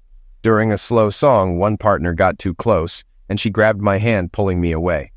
"No more slow dances with anyone but you," she whispered. On the way home, she snuggled close, playfully nibbling my ear at stoplights. We kissed passionately until honking cars forced us to break apart. Before leaving her house, we ended up steaming the car windows. After about 20 minutes, she invited me inside for coffee. I sat on the couch while she changed, and when she reappeared, her outfit, or lack thereof, left me stunned. She noticed my silence and looked nervous. "Listen, I like you a lot. Normally I'd take things slow. Dates, romantic build-up, candles, maybe chocolate. But I really like you, so let's skip the months and see how this mattress holds up," she said. 12 hours later, I left briefly to get breakfast, but otherwise the Escalade stayed parked outside her house for 2 days. 2 months after that night, we moved in together, and 5 months later, we were married. We agreed to wait a few years before starting a family. She was 25, and I was 29. After 3 years, I started dropping hints about having kids. But about a year ago, things changed. Sherry's behavior became more demanding and materialistic. She wanted a bigger house, even though our 4-bedroom home was more than enough. Then she maxed out a credit card she had secretly opened. When I paid it off and revoked her access to our finances, she didn't speak to me for days. Although she made a decent income, she was always broke. I covered all household expenses except for groceries, which she had agreed to handle. Her closet was overflowing with clothes and shoes, many of which were never worn. The silence following the credit card incident lasted 5 days. On the 6th day, I was clearing out her closet when she came home and watched me in stunned silence. "I'm not living like this anymore. If I'm going to be alone, I'll live alone," I told her. "I called your mother. She agreed to let you stay with her for 2 weeks. By then, we'll find you a place. I'll cover the deposit, 2 months' rent, and set up the utilities. This is your chance to learn budgeting and living independently." Sherry's eyes went wide with shock, and she fainted. I caught her, cooled her down with a damp cloth, and waited for her to come to. When she woke up, she looked confused. "I had the weirdest dream. You were kicking me out," she said weakly. But when she saw the clothes on the bed and the suitcases on the floor, she began to cry and pleaded with me not to make her leave. "Please, I'll be better," she sobbed. After she calmed down, I told her to wash her face and join me in the kitchen. She sat across from me, avoiding eye contact. "I'm serious, Sherry. I can't keep living like this. Tantrums, reckless spending, refusing to talk about starting a family. It feels like I don't know you anymore. If you want to leave, say so. If not, things have to change," I said. Sherry finally admitted that she was terrified of motherhood, haunted by memories of her childhood. She was the middle of 3 children, close in age and often overlooked. When her parents divorced when she was 12, it affected her deeply. I remember my mom crying, struggling alone with 3 teenagers. She started drinking and ignored us. My dad moved far away after New Year's. "I don't want to put a child through that," she confessed. I held Sherry's hand tightly. "I'm sorry for what you went through," I said, "but I'm only talking about having 1 child for now. If we decide on another, we'll wait at least 2 years, and I promise I'll never leave you." We avoided serious conversations for weeks, but eventually fell back into our normal routine. Sherry started cutting back on her spending and even opened a savings account. 3 months later, she showed me the balance, and I was genuinely impressed. "Don't get too proud," she joked. "It'll be gone soon." I assumed she meant she was planning to buy a new car, but then she surprised me. "I'm using it for nursery furniture," she said. "I want you to paint it light blue." I stared at her, stunned. "What did you just say?" "We're having a son in 7 months," she announced with a warm smile. I'd never cried in front of her before, but at that moment I couldn't help it. The sight startled her. "Did I do something wrong? Isn't this what you wanted?" she asked, concerned. Before she could say another word, I pulled her into my arms, covering her with kisses until we were both crying and laughing together. When we stepped outside, Mira, who worked next door, immediately noticed something was up. True to her nature, she blurted out, "What's going on? You two look like you just heard great news." "Mira, we're having a baby boy in 7 months," I said, "but keep it quiet for now. We want to surprise my mom." "Sure," she replied with a knowing grin, already pulling out her phone as she walked away. I turned to Sherry. "Did you tell your mom yet?" I asked. Sherry smiled knowingly. "I checked before I came in. The whole town will know by tonight." Telling Mira was the easiest way. As expected, people stopped us on the street to hug Sherry and shake my hand. When we returned to the store, we saw a huge banner strung across the front that read, "Congratulations to Will and Sherry. It's a boy." Mira stood nearby with a smirk. "Like I could keep that secret," she said with a wink. The pregnancy was tough. At 7 months, Sherry was put on bed rest, and I knew we wouldn't try for another child. It was too risky. Her mother moved in to help, the only one who could handle Sherry's moods. Labor lasted 17 hours before an emergency C-section. Exhausted, Sherry looked at me and whispered, "Never again." I agreed, and while Sherry was still in the hospital, she had her tubes tied. Our son, William Bryan Sanford, was nearly 9 pounds, explaining her pain. He had thick black hair like mine, and despite what the nurse said, it never fell out. Becoming a parent is indescribable, beautiful, and terrifying. Life shifts focus entirely to the child, and spontaneity becomes a memory. Even a simple grocery trip needs planning. Sherry struggled more with motherhood than I expected. She loved Billy, but always handed him over as soon as I got home for her baby recovery time. I enjoyed holding him and talking about the future, Little League, camping, Boy Scouts. He'd smile and hum, fascinated by my face. Sherry was frustrated that he calmed down instantly with me. I took 2 weeks off to be home after Billy's birth. When I returned, Mira and Charlie had put up a sign, Sanford and Son Equipment Rentals, no junk. It brought tears to my eyes. My friendship with the Hatfields developed over time. One day, Angie stopped by, hoping to rent a tractor for her garden. I refused. "Why not?" she asked, clearly surprised. "Tractors can be dangerous if you don't know how to use them," I explained. "Besides, you already have one in your shed." "It won't start," she admitted. "It's probably just the battery. I'll come by tomorrow and take a look at it," I offered. On Saturday, Sherry, Billy, and I visited the Hatfields. Angie held Billy for an hour while I worked on charging the tractor's battery. Bennett and I discussed where the best spot for the garden would be. "Do you really want her using the tractor?" Bennett asked, concerned. "No, but she's determined to do it. I'll make sure she learns how to use it safely," I replied. Angie and Sherry brought out sandwiches and potato salad for lunch. After we ate, I showed Angie the basics of operating the tractor, the brakes, throttle, hydraulics, and gears. "Keep in mind, tractor gears don't stall like a car's," I explained. "Once you release the clutch, the tractor will move. If you're in a high gear on a slope, it could flip. That's why the collapsible roll bar and seatbelt are so important. Stay inside the bar, and even if you have a scare, you'll be safe." I had Angie put the tractor in low gear and guided her as she drove across the field. It moved so slowly that I could walk beside her, giving directions. I showed her how to use the hydraulic hitch and set up the rotary plow. "Always start with equipment attached to avoid flipping on steep slopes. It's safer," I advised. She made a few passes with a big grin as Ben snapped pictures. She was disappointed when I parked the tractor and took the key, explaining, "The battery's dead, and my friend will install a crossbar and seat belts on Tuesday. You'll get a new battery and keys then, but don't use it alone until Ben is home." Sherry was impressed by Angie's beautiful house and expensive art. Angie returned to her job, which she enjoyed, and it kept her from going stir-crazy at home. We had fun teaching Angie to use the tractor. She planted her garden, bought a small cultivator, and cried when she picked her first beans. I warned her the garden might be too much, but she laughed. Ben works long hours, and I don't like watching TV. Plus, I need content for my blog. Her blog, Gone Country, chronicled her journey to country living. It was funny and popular, with photos and videos, often including me as her rural advisor. Angie wanted an organic garden, so I connected her with a friend for horse manure. She had to clean stalls to get it, but she embraced it, sharing photos of her crap uniform online.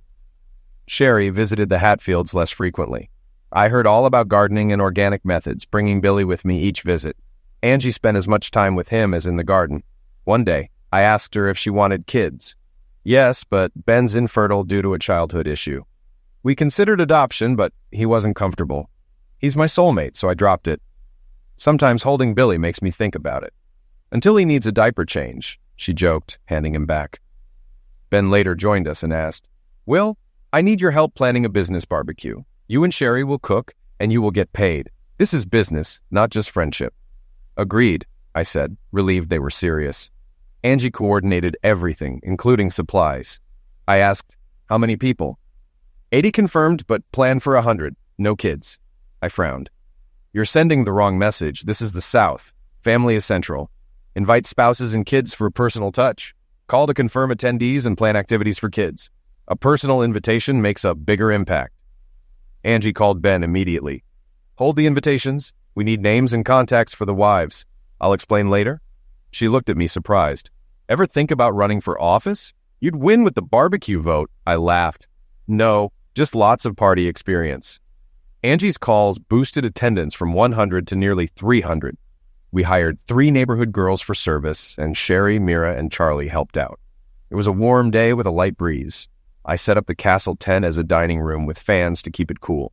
We served 400 pounds of pulled pork, 20 chickens, and 2 beef briskets for the Jewish guests, with labeled side dishes to ensure kosher options. The menu included potato salad, coleslaw, baked beans, zucchini casserole, grilled veggies from Angie's garden, and homemade cakes and brownies. For the kids, we had chilled watermelon. Although exhausted, it was worth it. 420 people showed up, thanks to the kids joining. Charlie oversaw parking with the teenage helpers. Guests mingled for an hour before serving themselves to keep things casual. Booze was kept separate in a small tent and only opened an hour after the meal, with limits on excessive drinking set by the senior partners.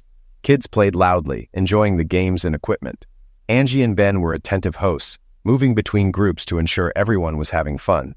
Men gathered to talk business while women chatted under shaded trees with comfortable seating. Sherry, looking elegant in her sundress and bun, drew compliments on our dishes. We exchanged many business cards. Near the end, everyone gathered in the dining tent for a short speech. The senior partner thanked everyone and praised Angie, Ben, Sherry, and me for hosting. He wrapped up unexpectedly quickly, urging everyone to take leftover food and enjoy the ice cream, which drew applause. The ice cream machines offered chocolate, banana, pineapple, blueberry, and vanilla, causing some ice cream headaches among the kids. Angie's garden was a hit. She frequently gave tours and handed out fresh produce. Her watermelons, used in a seed-spitting contest, were especially popular. Sherry was stunned when Angie handed her the check. The event had grown into a corporate celebration, and Ben hadn't covered the bill. We also received a 25% bonus from the senior partner with a thank you note. I shared part of the bonus with Charlie, Mira, and the helpers, giving the rest to Sherry. She earned it. Ben's firm mainly handled business law, and soon after the party, calls for event planning flooded in. The demand and profit were so high that we registered as a separate business. Sherry quit her job to manage it and excelled quickly. Rentals came through us, so I promoted Mira to rental manager, and she hired her laid-off husband, Donnie. She's the boss at home and work. I'll never make a decision again, Donnie joked. Your fault, Will, he added. Just think, you're one of the few who gets to entertain their boss, I teased, cheering him up. Sherry began dressing more professionally and meeting clients in the evenings. We eventually bought her a Cadillac. Business boomed, especially in winter. Saturdays were spent working events, planning, or meeting clients. Sherry managed meetings while I handled logistics and food. The party business outpaced our rental income, but it left us little time together. Things hit a breaking point when Sherry frequently stayed out late for meetings. I asked her to stop, but she insisted it was necessary. After 3 late Saturdays, I lost patience. I won't cook, coordinate, or help with any event that costs us time together. I thought we were partners, I said. She shouted, I want a husband and wife partnership too. Decide what matters more, the business or us. Ignoring her grumbling, I went to comfort Billy, who woke up from the noise. True to my word, I didn't help with the next event. It went poorly. The clients disliked the food and service, leaving no bonus and criticizing Sherry's reputation. She had treated me coldly until then, but came out waving a white handkerchief on Sunday as a truce. I fed Billy breakfast. No, I said firmly. No truce, only a full surrender. Meet my conditions or we're done. No negotiation. I picked up Billy. We're going to visit Ben and Angie. We'll be back in an hour. Angie adored Billy and often volunteered to babysit during our events. She was thrilled as Billy started learning to talk and walk, especially when he managed to say her name. Billy would also try to follow Bennett around, calling out his name eagerly. One day, Bennett approached me about an old race car stored in the barn. Henderson didn't drive this, but he sponsored it. The engine's blown, but the frame and transmission are still intact. Can it be fixed? He asked. It would need a new engine and some parts, I explained. It can't just be repaired. It would need a complete rebuild. What's got you so interested? Bennett blushed slightly. I've always loved NASCAR and have dreamed of driving a race car. And how does Angie feel about that? I asked. She's a bit hesitant, he admitted, but she agreed to watch one race with me. It's safe, right? Relatively safe, I said. There haven't been any passaways that I know of, but injuries can happen. Start with beginner races and build your experience from there. We fixed up the car, and Ben took lessons from veteran racers. Soon he was racing every Friday night at the local dirt track.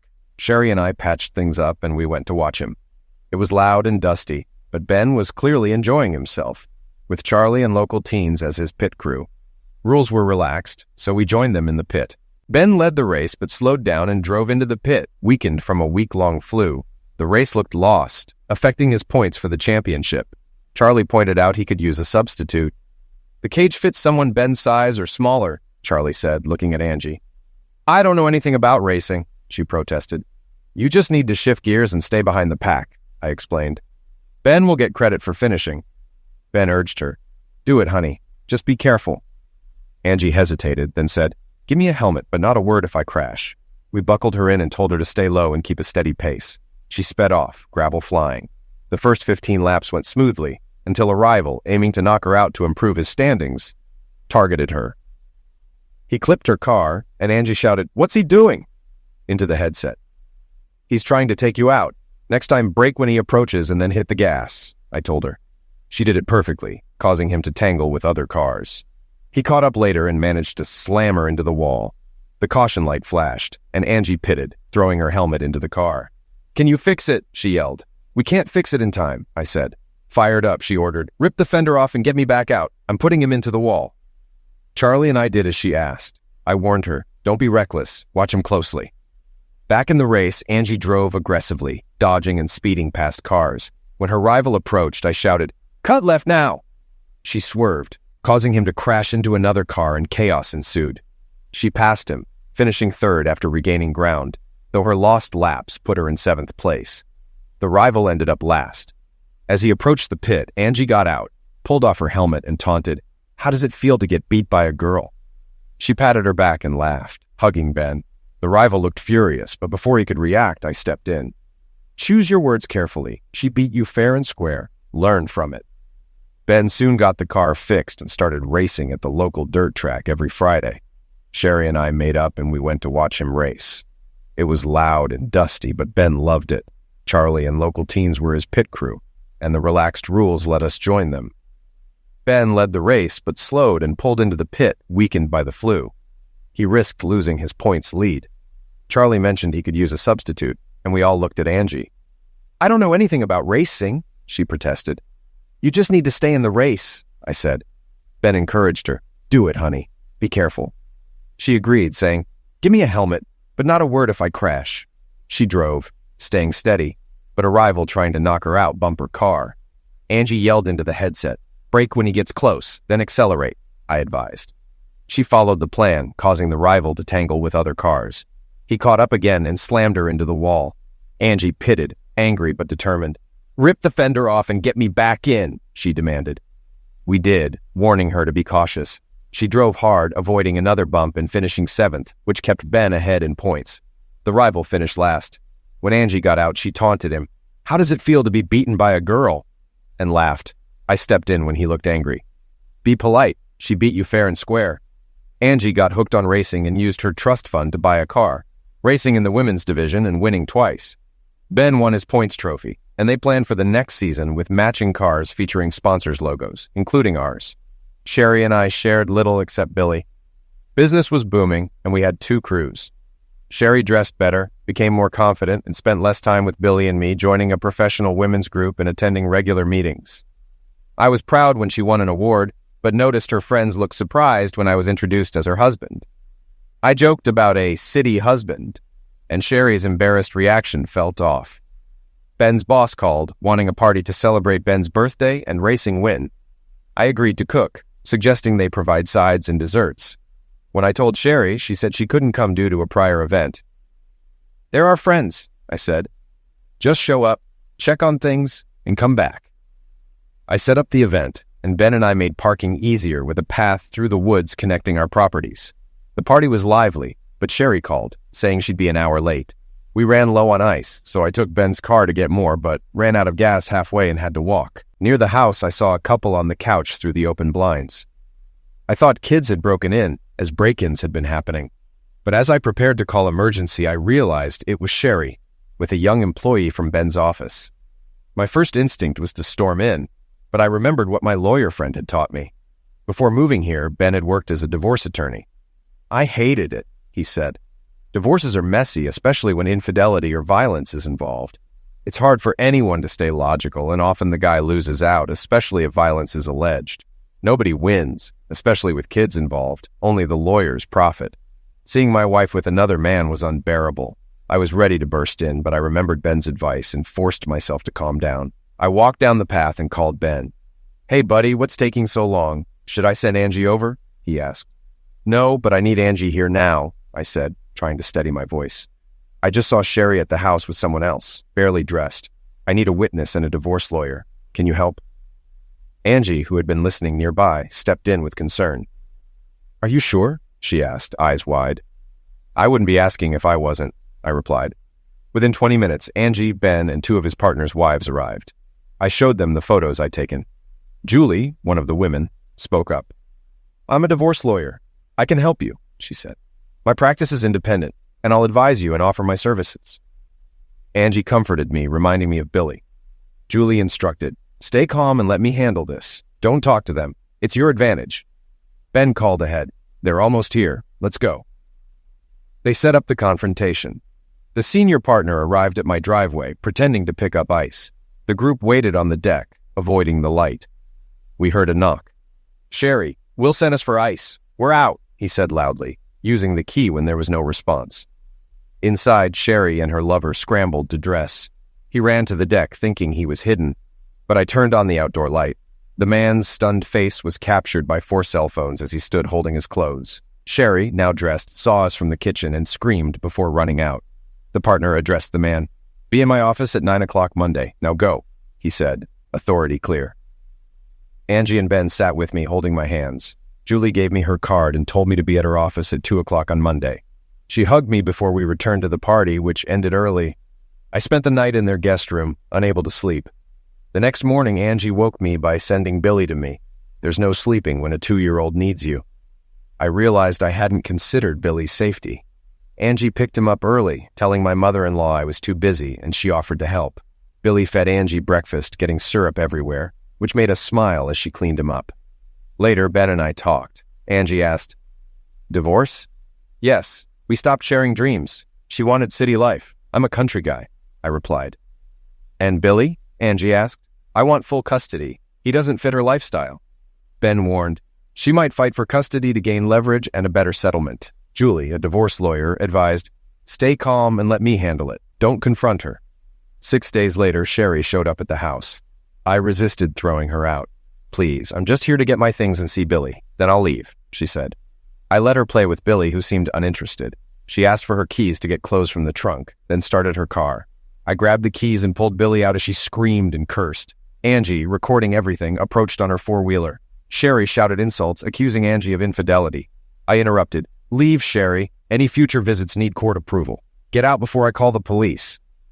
Angie documented everything. The next day, Julie filed for an injunction and a psychiatric evaluation for Sherry, using the recorded outburst as evidence. Sherry's lover, now her partner, lost his job over the affair and moved to a lower-paying firm. I informed clients I was stepping away from the business but would complete current contracts. Julie advised against quitting entirely, saying it protected my reputation and ensured Sherry had an income.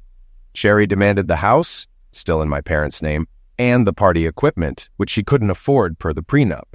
Julie froze our accounts, allowing withdrawals only for payroll and supplies. Profits went to a new account controlled by Sherry. It was the fairest deal possible. Sherry struggled until accepting the terms. Her lawyer, the 5th man she'd been involved with in 18 months, pushed for a last meeting, which I declined. I stayed civil for Billy, who barely missed her. Sherry kept the party business, giving me 1/4 of the profits. Julie ensured she got the business and some capital, her only payout from me. I was awarded full custody of Billy. She had generous visitation rights. I never refused her visits, but she had to follow the rules. No men could be around when she had Billy. If she ever exposed him to anything morally or physically unsafe, she would lose her rights. After a year, the visits gradually became less frequent. Billy didn't seem to mind. Angie and Ben became my support system, helping me navigate my grief and anger. Sherry's mom continued to babysit Billy, agreeing that if she helped Sherry break the custody agreement, all contact with Billy would stop. Angie became a surrogate with Ben's approval. Billy still followed Ben everywhere. At work, Ben kept a photo of himself, Angie, and Billy on his desk. People assumed Billy was his stepson, and he let them think so to a certain extent. Ben initially approached me for permission, explaining that presenting himself as a family man helped attract new clients. I surprised him by handing him a copy of my will, naming him and Angie as executors and guardians for Billy in case anything happened to me. "Ben, you already are a family man. You always have been," I said. "You've got the most remarkable woman I've ever met, and you have us." I'd never seen a male lawyer cry before. It was a touching moment. In time, I dated a few women. They were fun and met my needs, but I never found anyone who felt like a long-term partner. Angie would often scold me, insisting that Billy needed a mother. I would just look at her and say, "He has one. And when I find the right one for him, I'll marry her so fast it'll make your head spin." The closest I came was with a lawyer, the senior partner's daughter. She was a few years older, recently divorced, and had just secured a great job on the opposite coast. She was taking 3 months off to recover from her past and needed an escort. Her father called me one day. "Will, do me a favor. She's new in town and I want her to attend the banquet with me. But she needs an escort. She's quite beautiful if that helps," he said. I had no other plans, so I agreed. I rented a Cadillac for the evening, and the familiarity of it felt like déjà vu. Was she beautiful? Absolutely. She stood barely 5 feet tall, blonde, fair-skinned, and perfectly proportioned, like a living porcelain doll. I felt a spark of interest, and I think she sensed it too because her playful side came out. "Ooh, a real live redneck. I've never been this close to one before. Do you bite?" she teased. I gave her a serious look. "Yes." "Perfect," she replied with a mischievous smile. Ben, Angie, and her parents laughed, setting a light, cheerful tone for the evening. It was a prestigious black-tie charity event, and I thought I looked quite sharp in my formal wear. The food was exceptional, and Rhonda, my date, talked incessantly throughout the meal. Later, she admitted it was because she was nervous. She had comments for the appetizer, main course, and dessert. "Do you ever stop talking?" I teased. She blushed and smiled innocently. "Only when there's something interesting in my mouth." Ben choked on his coffee, and Angie burst out giggling. "Come on, you two. This is serious business," I said with a grin. An orchestra began to play, and people started dancing. Thanks to Angie's lessons, I felt confident enough to take the floor. Sophie, my dance partner, was remarkable, graceful, smooth, and mesmerizing. She danced with her father twice, and with Ben once, but spent the rest of the night in my arms. As Ben and I waited by the bandstand for the women to return, Sherry walked by. "Ben, Will, good to see you both. Are you here alone?" she asked, her tone sharp. She turned to me. "Will, you should really socialize more. Let me introduce my date, Robert Morgan. You might know his father, Ben Wilson Morgan, founder of the Morgan Bank chain." Sherry looked worn and had put on some weight. A quick glance at her date revealed he was there more for show than conversation. Just then, Angie and Sophie rejoined us, and Sophie kissed me on the cheek. "Did you miss me, darling? Good. I want you to sulk all night, so it'll be even better when we make that wild, passionate love you promised me," Sophie said with playful exaggeration. "Oh, I'm sorry. Who are your friends?" she added, turning to Sherry and Robert. Angie, stifling laughter, had clearly told Sophie about Sherry and set the scene. "Where are my manners?" I said. "Sophie, this is Robert Morgan of the Morgan banking family. And this is Sherry Blankenship," I emphasized, as I had insisted she revert to her maiden name. "A local businesswoman, and my ex-wife. Robert, this is Sophie Williams from the firm of Williams, Roberts, Howe, and Hatfield. You might have heard of them. Well, my dear, shall we waltz?" We left Sherry and Robert speechless. As we danced, I leaned in and whispered, "Angie told you who she was, didn't she?" Sophie leaned closer, her eyes glinting. "Yes, and some background, too. Don't worry, she's having a rough day, but from the looks of it, so are they." We finished the dance, and Sophie pulled me in for a long, deep kiss. "Did she see that?" I asked, catching my breath. "Yes, she did. And thank you," she said with a sly smile. "You're welcome. It was my pleasure." Later, Robert approached Sophie to ask her for a dance, and Sherry turned to me. "For old time's sake?" Sherry asked. Sophie answered with a sweet but firm smile.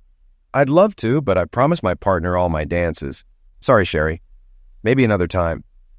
Angie struggled to contain her laughter as Sherry and Robert walked away without a word. I turned to Sophie. "I'm glad you're not here permanently," I said. She looked at me, visibly hurt. "Why say something so mean? I'm starting to like you." "Because wherever we'd go, there'd be fights, constantly. I'd be fending off men, and you'd be fighting to keep me close." She smiled slowly. "What makes you think I'd resist?" She didn't hold back, and we spent every spare moment together. Angie even kept Billy so we could have weekends alone. She was the best lover I'd ever had. Despite her small frame, she was surprisingly strong. She never shared her age, but I guessed she was in her 40s, with the firmness and agility of someone in their 20s. She said the old folks called it a round trip, and I was racking up those frequent flyer miles. She adored Billy and showed me pictures of her daughter, a 13-year-old spitting image of her. "My ex has her now. I gave him extra time since soon we'll be 3,000 kilometers apart." Thinking about Billy being so far away made me sad, but life moves on. To pass the time, I opened a barbecue restaurant. Mira was still renting and thriving, so I didn't interfere. Restaurants demand a lot of time, and their success rates are low, but my good reputation helped, and I succeeded. I bought 4 food trucks, fitted them out, and sent them to nearby towns 4 days a week. They did exceptionally well. I still hadn't found anyone permanent in my life and had pretty much given up looking. It happens when you least expect it, when you love your life and are truly content. I'm not talking about love, I mean tragedy. Billy was 9 and would get off the bus at Angie's and ride his little 4-wheeler through the woods. When I got home, she would ride with him, wave to me, and walk back. She'd give him a snack, check his schoolwork, and he'd help around the house. It worked for all of us. On the rare nights I had a date, he'd stay over at Angie's, where she had a room ready for him. At 3 o'clock, he called me crying. "Come quick, Daddy! Aunt Angie is on the floor crying and I can't get her up." I rushed over and, just as he had said, I found Angie on the floor, quietly sobbing and unresponsive. I was reaching for my phone to call emergency when Ben's boss called. "Will, I need you to check on Angie. I'm with her now and she's not okay," he said, sounding urgent.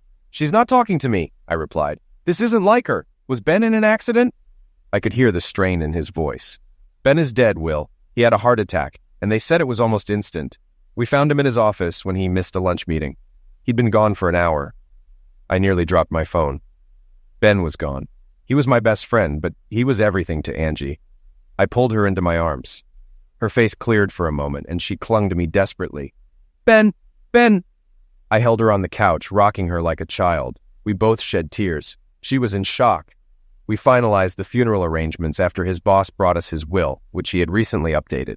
He wanted to be cremated and have his ashes spread around the farm. "This is the only place I ever felt at home," he wrote in his will. An incredible group attended the visitation and service. Clients who became friends, racetrack buddies in full force, and all his firm's members and staff. Sherry came and hugged Angie, who sat with Billy on her lap and Sherry's mom by her side. They had grown close over Billy. Angie's eyes followed me around, worried whenever I was out of sight. Ben was 52, older than Angie, and seemed healthy. The doctor said it was an underlying condition, with no clear cause. After the funeral, friends and family returned to their routines, and it was time for mourning. Billy, Sarah, Sherry's mom, and I stayed with Angie for about 2 weeks. By the end of the second week, she began to revive. There was a brief moment of pain when the will was read, making it final. Ben had included letters, his way of saying goodbye. Angie received one. I never asked, and she never shared its contents. Another letter was for Billy, to be opened on his 18th birthday. There was one for me, too. "Dear Will, if you're reading this, I'm gone. Thank you for your friendship.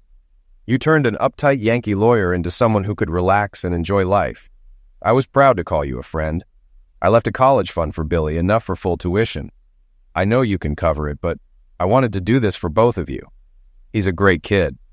I hope with your guidance he becomes an even better man and remembers me fondly. Now for the important part. Take care of her, Will. She'll need you for a while. I know you loved her, and in your honor and our friendship, you never crossed a line. Angie will need someone who loves her to help through the tough days ahead. I wish I could be there. I'd love to see Billy grow up. Find someone for yourself before you give up. Thank you for being who you are and for being my friend." Ben. Most of his estate, his farm and investments, went to Angie. He left the racetrack he cherished and funds to upgrade the grandstands, build an announcer's booth, and improve the PA system. The track was renamed in his honor. For a year, Angie tried to find a normal life, but eventually gave up. "I'm moving to Philadelphia for a while. I can't stay here. Everywhere I look, I see him." Billy, though 10, cried for 2 days. I shed my tears alone. Angie had been my rock for 8 years, and I had never felt more lost and alone. She gave us the keys and asked us to watch over the farm. Every 2 or 3 weeks, I'd visit, start her small tractor to keep it running, and check the house, making sure the lights and plumbing were okay. She left the power on and installed a top-notch security system. I continued focusing on Billy, who was at the age where he wanted to hang out with friends. I knew it wouldn't be long before he outgrew me. Our house became the go-to spot for his friends, with at least 3 of his close buddies there at any time. I made it a point to know them and their parents, inviting them over and talking with them during pickups. Some of the moms were divorced, and I dated 1 or 2 casually. They wanted more, especially one, but I wasn't serious. I was in good shape, owned everything outright, and ran 2 thriving businesses. I opened a franchise restaurant expanding to 4 locations across the state, each with at least 3 trucks serving nearby towns. Business was booming. I found another small town in need of equipment and opened another store. Myra's husband managed it, finally able to stop entertaining his boss except when he chose to. Sherry's business declined. She didn't get the favorable equipment deals she used to. Her chef left to start her own place, and business dwindled until she had to close. She took a job as an office manager at a large insurance firm and married a lawyer. It lasted 18 months before he caught her cheating. She's still working and now engaged again. I hope it lasts. She still visits Billy, mostly for holidays and birthdays. I was exhausted, working out of town to open my 6th restaurant. Sarah stayed with Billy while I was away, and when I returned, they greeted me with wide smiles. "What's up?" I glanced down, checking my fly. "We have a visitor. Come in." It was Angie. She rushed into my arms, crying and hugging me. We spoke at least once a month, and I always heard the sadness in her voice. I always ended by asking her to come home. We missed her. "How long will you stay?" I asked. "Hopefully another 30 or 40 years. I'm home, Will, and I'm not leaving. I'm tired of parks just to see grass, tired of living next to people I don't know or care to. I want to see stars, not smog at night." She took my hand. "And I want to see you and Billy every day. I can't believe how tall he's gotten. He'll be taller than you soon. I want to see Mira, the guys at the driving range, all my real friends." By then, she was crying on my shoulder, and I just held her, feeling truly happy for the first time in 2 years. We tidied up her house, and week by week she grew stronger, riding her tractor and working in the garden, regaining her energy. Sarah moved into a nearby nursing home with a 1-bedroom apartment. She was taken aback when she was upgraded to a larger unit, and even more surprised when I told her to send her bills to me. She protested, but I stood firm. "I'm taking care of it," I said. "You've been there for Billy and me countless times. This is payback. You deserve a bigger space so Billy can visit comfortably. A happy grandma is what he needs. End of discussion." We shared dinners every night, alternating between our homes. 3 months later, Angie and I started going out together. Movies, concerts, even some dancing. One visit to Ben's old firm left her in tears, though they always invited us to their events. Angie denied we were dating, saying we were just old friends. One evening, as we sat on the porch swing, watching Billy and his friends ride their four-wheelers, I stopped the swing and turned to her. "Marry me," I said. "What?" she replied, stunned. "Marry me. I've loved you for years. You love me, even if you won't admit it. Let's stop this back and forth and settle down." Tears welled up in her eyes. "But our age. I know you're 50 and I'm 43. I don't care. I love you, and I will until the day I die." She sat there sniffling. "This feels like an ultimatum," she said. "Marry me or I swear on Ben's memory I'll never come back here. Yes or no? Right now." She remained silent and my heart sank. I started to get up, but then I felt her hand grab mine.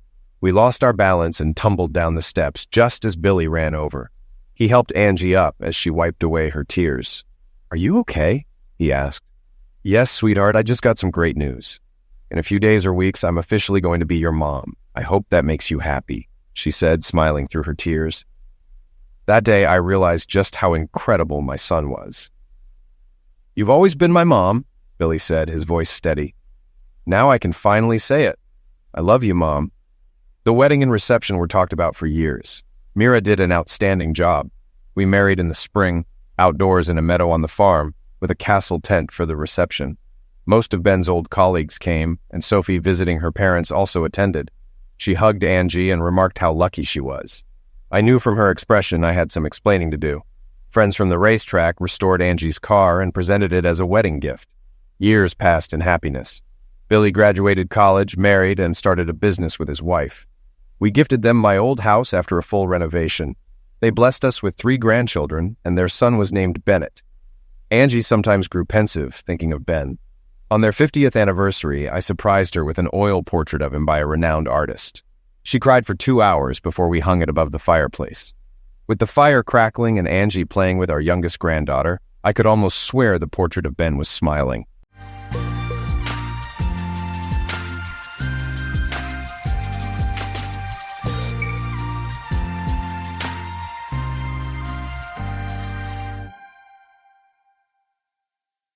Welcome to Lost Relation Chronicles. The moment I met Jane, it was like the world paused, just for a second, to make sure I took notice. I remember the exact way her smile lit up the corner of the room at that trade fair, like she wasn't just standing under the lights but was commanding them. I'd walked in that day expecting another series of endless conversations about market trends and investment opportunities. I didn't expect her. She was different from anyone I'd ever met. Confident without being arrogant, charming but grounded. Jane Foster didn't just have a seat at the table. She owned the damn room without even trying. She had this knack for seeing right through my polished exterior, the one I've perfected after years in investment banking. She didn't care about my title or my success. She cared about me, Franklin Richards, the guy who trips over his words when he's nervous and secretly loves cheesy romantic comedies. Our condo in New York City feels like the life I've always dreamed of, modern, sleek, a little piece of calm in the chaos of Manhattan. But what really makes it home is Jane. She's the one who insisted on adding plants to our living room, even though I swore I'd kill them in a week. Spoiler, they're thriving because she keeps them alive, not me. She brings life to every space she's in. We've been planning the wedding, and every detail feels surreal. In just a few months, I'll be marrying the woman who challenges me, inspires me, and somehow, against all odds, puts up with me. Sometimes I look at her across the table, her brow furrowed as she sips her coffee and pores over some new project for work, and I have to remind myself that this isn't a dream. She's real. She chose me. I still wonder what I did to deserve someone like Jane. She's fiercely independent, insanely talented, and God, she's beautiful. But more than anything, she's the reason I look forward to coming home at the end of a grueling day. And soon, she'll be the reason I say I do and promise her forever. She's it for me. My beginning, my middle, my end. At least that is what I believed, or that is what I had in my mind. Things started to change the moment Laura walked back into Jane's life. I didn't even know Jane had a childhood friend living in Germany until she showed up one evening with a bottle of Riesling and a smirk that made my stomach churn. I wanted to be polite. I really did. For Jane's sake. But from the first words out of Laura's mouth, it was clear. She didn't like me, and I sure as hell didn't like her. She didn't waste any time digging her claws in, making snide remarks about my job, the condo, even the way I held Jane's hand. "You're lucky Jane's so patient," she said once with a condescending grin, like she was daring me to bite back. And believe me, I wanted to. But I knew Jane wouldn't appreciate me losing my temper. Instead, I stayed calm, outsmarting her at every turn. Her digs never landed, and the satisfaction of watching her squirm when I outworded her was almost worth the frustration of her presence. But Laura wasn't just a nuisance. She was a problem. Jane started to change around her. She'd laugh off Laura's comments about how she didn't need a man, or how she could do better than me. At first, I thought it was harmless, just two friends joking around. But then Jane began questioning things about us, about me. Little things at first, like whether I was too controlling about the wedding plans, then bigger things, like whether she needed to find herself before settling down. I could see what was happening. Laura was a bad influence, plain and simple. She didn't believe in relationships, at least not the kind Jane and I had. Laura was the type to glorify independence to the point of isolation, and she was pulling Jane in with her cynicism disguised as empowerment. It wasn't fine with me. I loved Jane, and I knew we were good together. I wasn't some controlling partner trying to clip her wings. I wanted to build a life with her, one where we both thrived. But Laura? She was planting seeds of doubt in Jane's mind, and it was tearing us apart. There were moments when I almost lost it. Once, after one too many of her passive-aggressive jabs in my house, I stood up, fists clenched, and told her she needed to leave. Jane stepped in before I could finish, pleading with me to calm down. "She's my friend, Franklin," she said, her voice trembling. "Why can't you just get along?" It stung because I knew why. I wasn't the issue here, Laura was. But Jane couldn't see it, or maybe she didn't want to.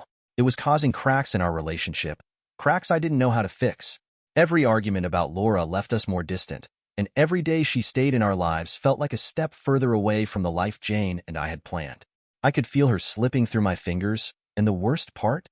It felt like there was nothing I could do about it. The tension had been simmering for weeks, but when Laura proposed the girls' only trip to Europe a month before the wedding, it felt like someone had dropped a match into a room filled with gasoline. I couldn't believe the audacity of it. Laura, the very person who had been driving a wedge between Jane and me, now wanted to whisk her away right before we were supposed to commit to spending our lives together. It wasn't just disrespectful, it was calculated.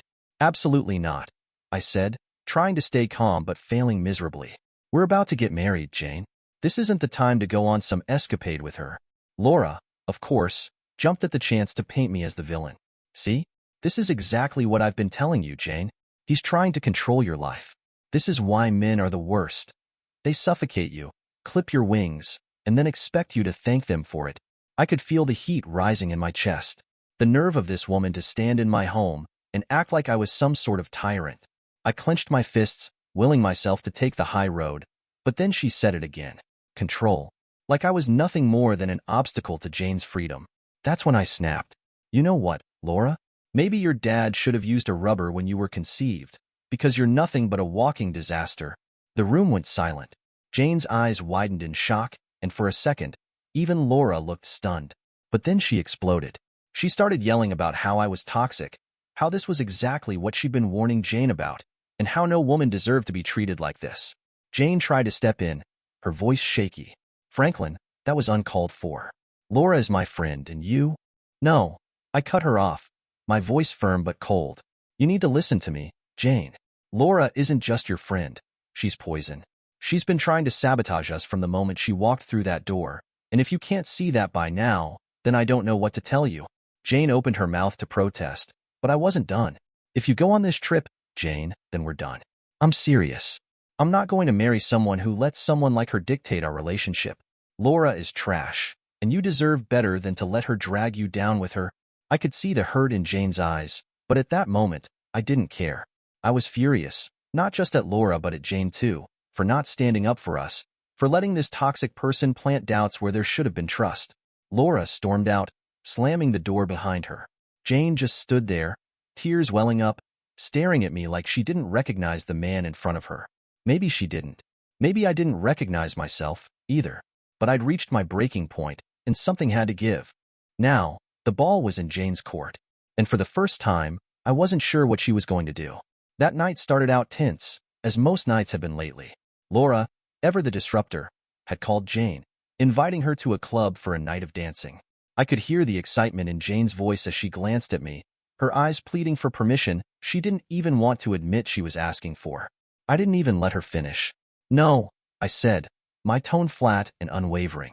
You know how I feel about her. After everything, you're really considering this? Jane sighed, clearly torn. It's just dancing, Franklin. It's not like we're robbing a bank. She's trying to what? Drive a bigger wedge between us? I snapped. Every time you let her pull you into her nonsense, it's another nail in the coffin of what we're building.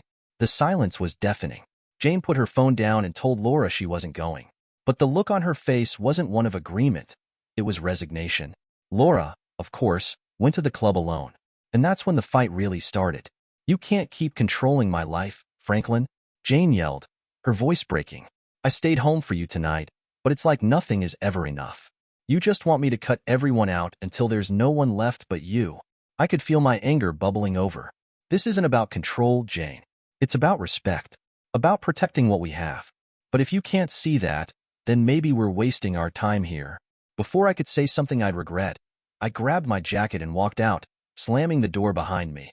I needed to clear my head, so I called Jake, my oldest and most dependable friend. He was always the one I turned to when life felt like it was spinning out of control. We met at his place, where he was lounging with a beer in hand and a box of snacks on the table. Rough night? He asked with a knowing smirk as he handed me a drink. You have no idea, I muttered, collapsing onto the couch. Jake, in his usual laid-back way, produced a small bag of mushrooms from his kitchen. Maybe this'll help you chill out. It's been a minute since we had a real adventure, huh? Normally, I'd have refused. But tonight? Tonight, I was tired of thinking, tired of feeling, tired of fighting. So, I shrugged and took one. At first, nothing happened. But then the walls seemed to breathe, the colors in the room pulsing like they were alive. Jake was laughing at something, but his voice echoed like it was coming from another dimension. Suddenly, the weight of my anger and frustration lifted, replaced by this overwhelming sensation of interconnectedness. The dream started so vividly that I didn't even realize it was a dream at first. I was back in the condo, pacing the living room, my mind a whirlwind of anger and frustration. Suddenly, the phone rang. I answered it, and Jane's voice was on the other end, shaking with panic. Franklin, it's Laura. She went to the club, and something terrible happened. The words hit me like a punch to the gut. I could see the scene playing out in my mind. Laura, alone in that club, surrounded by men with cruel intentions. Jane didn't have to say it, but I knew. Laura had been assaulted. When I got to the hospital, Jane was waiting for me. Her eyes were red and puffy from crying, but when she saw me, they filled with fury. "This is your fault," she spat. "You made her go alone. If you hadn't been so controlling, she wouldn't have been there by herself." "No," I stammered, shaking my head. "I didn't make her go. This isn't on me." But Jane wasn't listening. "You'll pay for this, Franklin," she said, her voice low and cold. "I'll make sure you regret every single thing you've ever done." Despite the ominous warning, the next part of the dream shifted. Somehow, we still got married. I didn't understand it, but there we were, standing at the altar, saying our vows. For a while, life seemed okay, peaceful, even. The fight stopped. Jane smiled more. We were happy, or so I thought. Then came the day at the hospital. Jane was in labor, and I was by her side, holding her hand, feeling a mix of excitement and terror. When the baby was born, the room fell silent. My heart stopped when I saw the child, a beautiful baby, but undeniably mixed race. I turned to Jane, my face pale. What is this?" I asked, my voice shaking. Jane looked at me, a slow, wicked smile spreading across her face. And then she laughed. Not the light, musical laugh I'd fallen in love with, but a cold, mocking sound that sent chills down my spine. "Welcome to your new life, Franklin. Your hell has just begun." The next thing I knew, I was back at the condo. On the kitchen counter were divorce papers, already signed by Jane. She'd claimed everything: the condo, the savings, even the investments I'd worked my entire career to build. Attached to the papers was a restraining order. I was being labeled as a domestic abuser. I tried to fight it, but the system was stacked against me. Word spread quickly, and soon, I lost my job. My colleagues avoided me, my friends stopped calling, and my reputation was in ruins. One day, as I sat in the wreckage of what used to be my life, I saw a photo online. Jane and Laura, sitting together on a beach somewhere, smiling. Laura raised a glass to the camera as if to toast my downfall. In that moment, the weight of everything crushed me. I screamed, the sound raw and broken, but no one was there to hear it. And then I woke up, gasping for air, drenched in sweat. The mushrooms had worn off, and reality came rushing back. It was just a dream, a terrible, twisted nightmare. But the feelings it left behind, those were real. The anger, the fear, the guilt. I sat there in the dark, wondering if it was a warning. If my worst fears about Laura, about Jane, about everything, weren't just in my head after all. When I got home, the air felt thick, like something was off. And then I saw her, Laura, sitting on my couch, smirking like she owned the place. Jane was in the kitchen, pouring wine, acting like this was completely normal. "Why is she here?" I asked, my voice sharp but controlled. Jane turned, trying to look casual, but I could see the tension in her shoulders. "Laura canceled her plans last night because of everything. So tonight she thought we could hang out. And we decided to go out. Just the two of us." I felt my stomach twist, but instead of letting the anger take over, I smiled. A calm, measured smile that even I didn't expect. "You can go," I said simply. Both Jane and Laura froze, surprised by my reaction. Laura's smirk quickly returned, but there was a flicker of something else. Hesitation, maybe. "Wow," she said, leaning back against the couch. "I guess the boy finally knows his place." I didn't even flinch. "Yes," I said, my voice steady, "but I guess you still need to figure out yours." Her smirk faltered for just a moment, but she covered it up with a laugh. "Whatever," she said, standing up and grabbing her bag. "Come on, Jane. Let's go." Jane looked at me, her eyes searching mine for something. Approval, maybe? Or doubt. But I didn't give her anything. I just stood there, calm and collected, as they walked out the door. The sound of the door clicking shut echoed in the quiet apartment. I stood there for a moment, the smile fading from my face. Let them have their night, I thought. Let them feel like they've won. Because something inside me had shifted. I wasn't going to play this game anymore. But that didn't mean I wasn't planning my next move. The call came at midnight, jolting me out of a restless sleep. Jane's father's voice on the other end was frantic and shaky. "Franklin, you need to come to the hospital. It's Jane and Laura." Something happened. I didn't ask questions. I just threw on my clothes and drove like a madman to the hospital. When I arrived, I found Jane's father pacing in the waiting room, his face pale and full of worry. "She's in there," he said, pointing toward one of the rooms. "They're both saying they were assaulted." My stomach churned, but something about his tone made me pause. It wasn't just worry, it was confusion. I stepped into the room, and there they were. Jane, lying on the hospital bed, looking pale and shaken, and Laura, sitting in a chair beside her, her usual smugness replaced with a thin veneer of distress. "Jane," I said, my voice steady, but cold. "What happened?" Jane avoided my gaze, her hands fidgeting with the hospital blanket. Laura, on the other hand, perked up immediately, her eyes narrowing as she spoke. "What happened?" "We were attacked, Franklin. This is exactly why I said Jane should never have trusted you. If you had been there—" "Stop," I said sharply, cutting her off. I turned to Jane's father, who looked like he was bracing for something. "Mr. Clark, I appreciate your concern, but I'm here to tell you this. The wedding is off. I'll have Jane's clothes packed and sent to your place by morning." Jane's head snapped up, her face a mixture of shock and confusion. "What? Franklin, you can't be serious." Laura jumped to her feet, her outrage immediate. "You're running away because something bad happened to her? You're pathetic." I smiled bitterly, pulling my phone from my pocket. "Oh, I'm not running. I just don't tolerate liars." I tapped the screen a few times and turned the phone toward them. The video played clearly, a security feed from a nearby hotel. It showed Jane and Laura walking arm in arm with a group of men, laughing and flirting as they entered the hotel lobby. An hour later, they emerged, still laughing, and hailed a cab. "According to the doctors," I said, my voice low but cutting, "there's no evidence of any assault. None. And now we both know why." Jane's face went pale, tears streaming down her cheeks. "Franklin, it's not what it looks like." "It's exactly what it looks like," I interrupted. "You and your best friend cooked up some story because you didn't want to face the consequences of your own actions. But I'm done. I don't marry liars. And I certainly don't marry someone who would disrespect me like this." Laura's face twisted into rage, but before she could say anything, I silenced her with a glare. "You've done enough damage. To Jane. To me. But you won't get another second of my time." I turned on my heel and walked out of the room, leaving behind the sound of Jane sobbing and Laura sputtering in indignation. By the time I got to my car, I felt an odd sense of relief. It was over. Whatever spell Jane had over me was broken, and I could finally see clearly. Sometimes, the hardest decisions are the ones that set you free.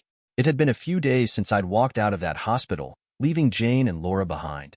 The weight of everything still hung over me, but I was determined to move on.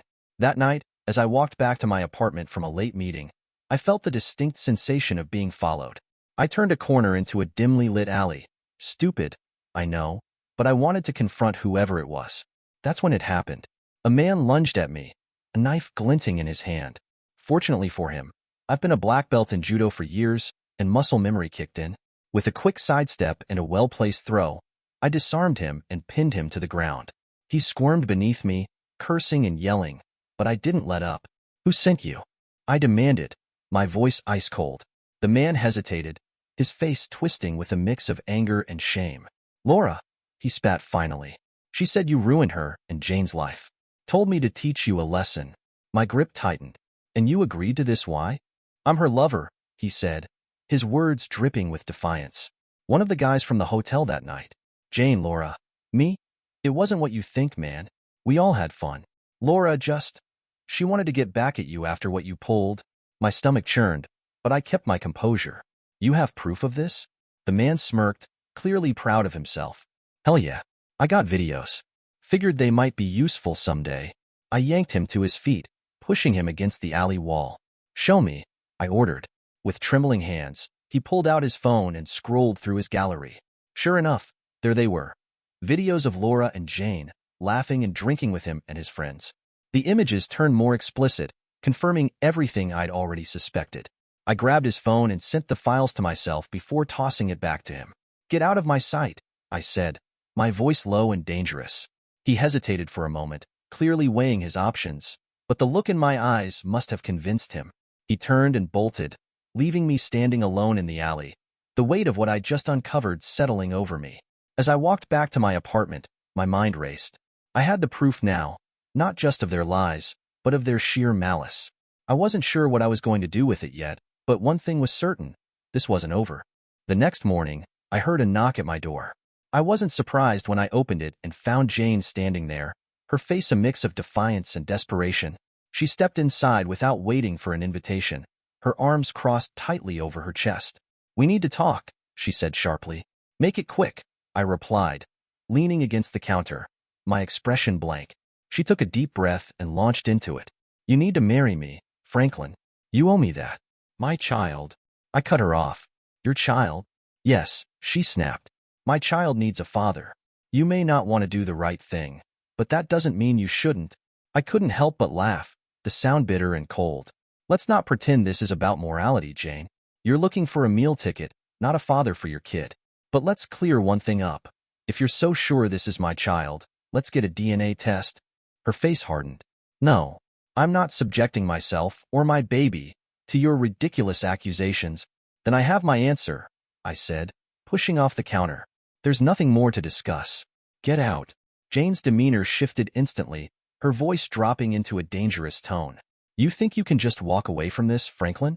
If you don't marry me, I'll make sure everyone knows what kind of man you are. I'll file assault charges, harassment, abuse, whatever it takes.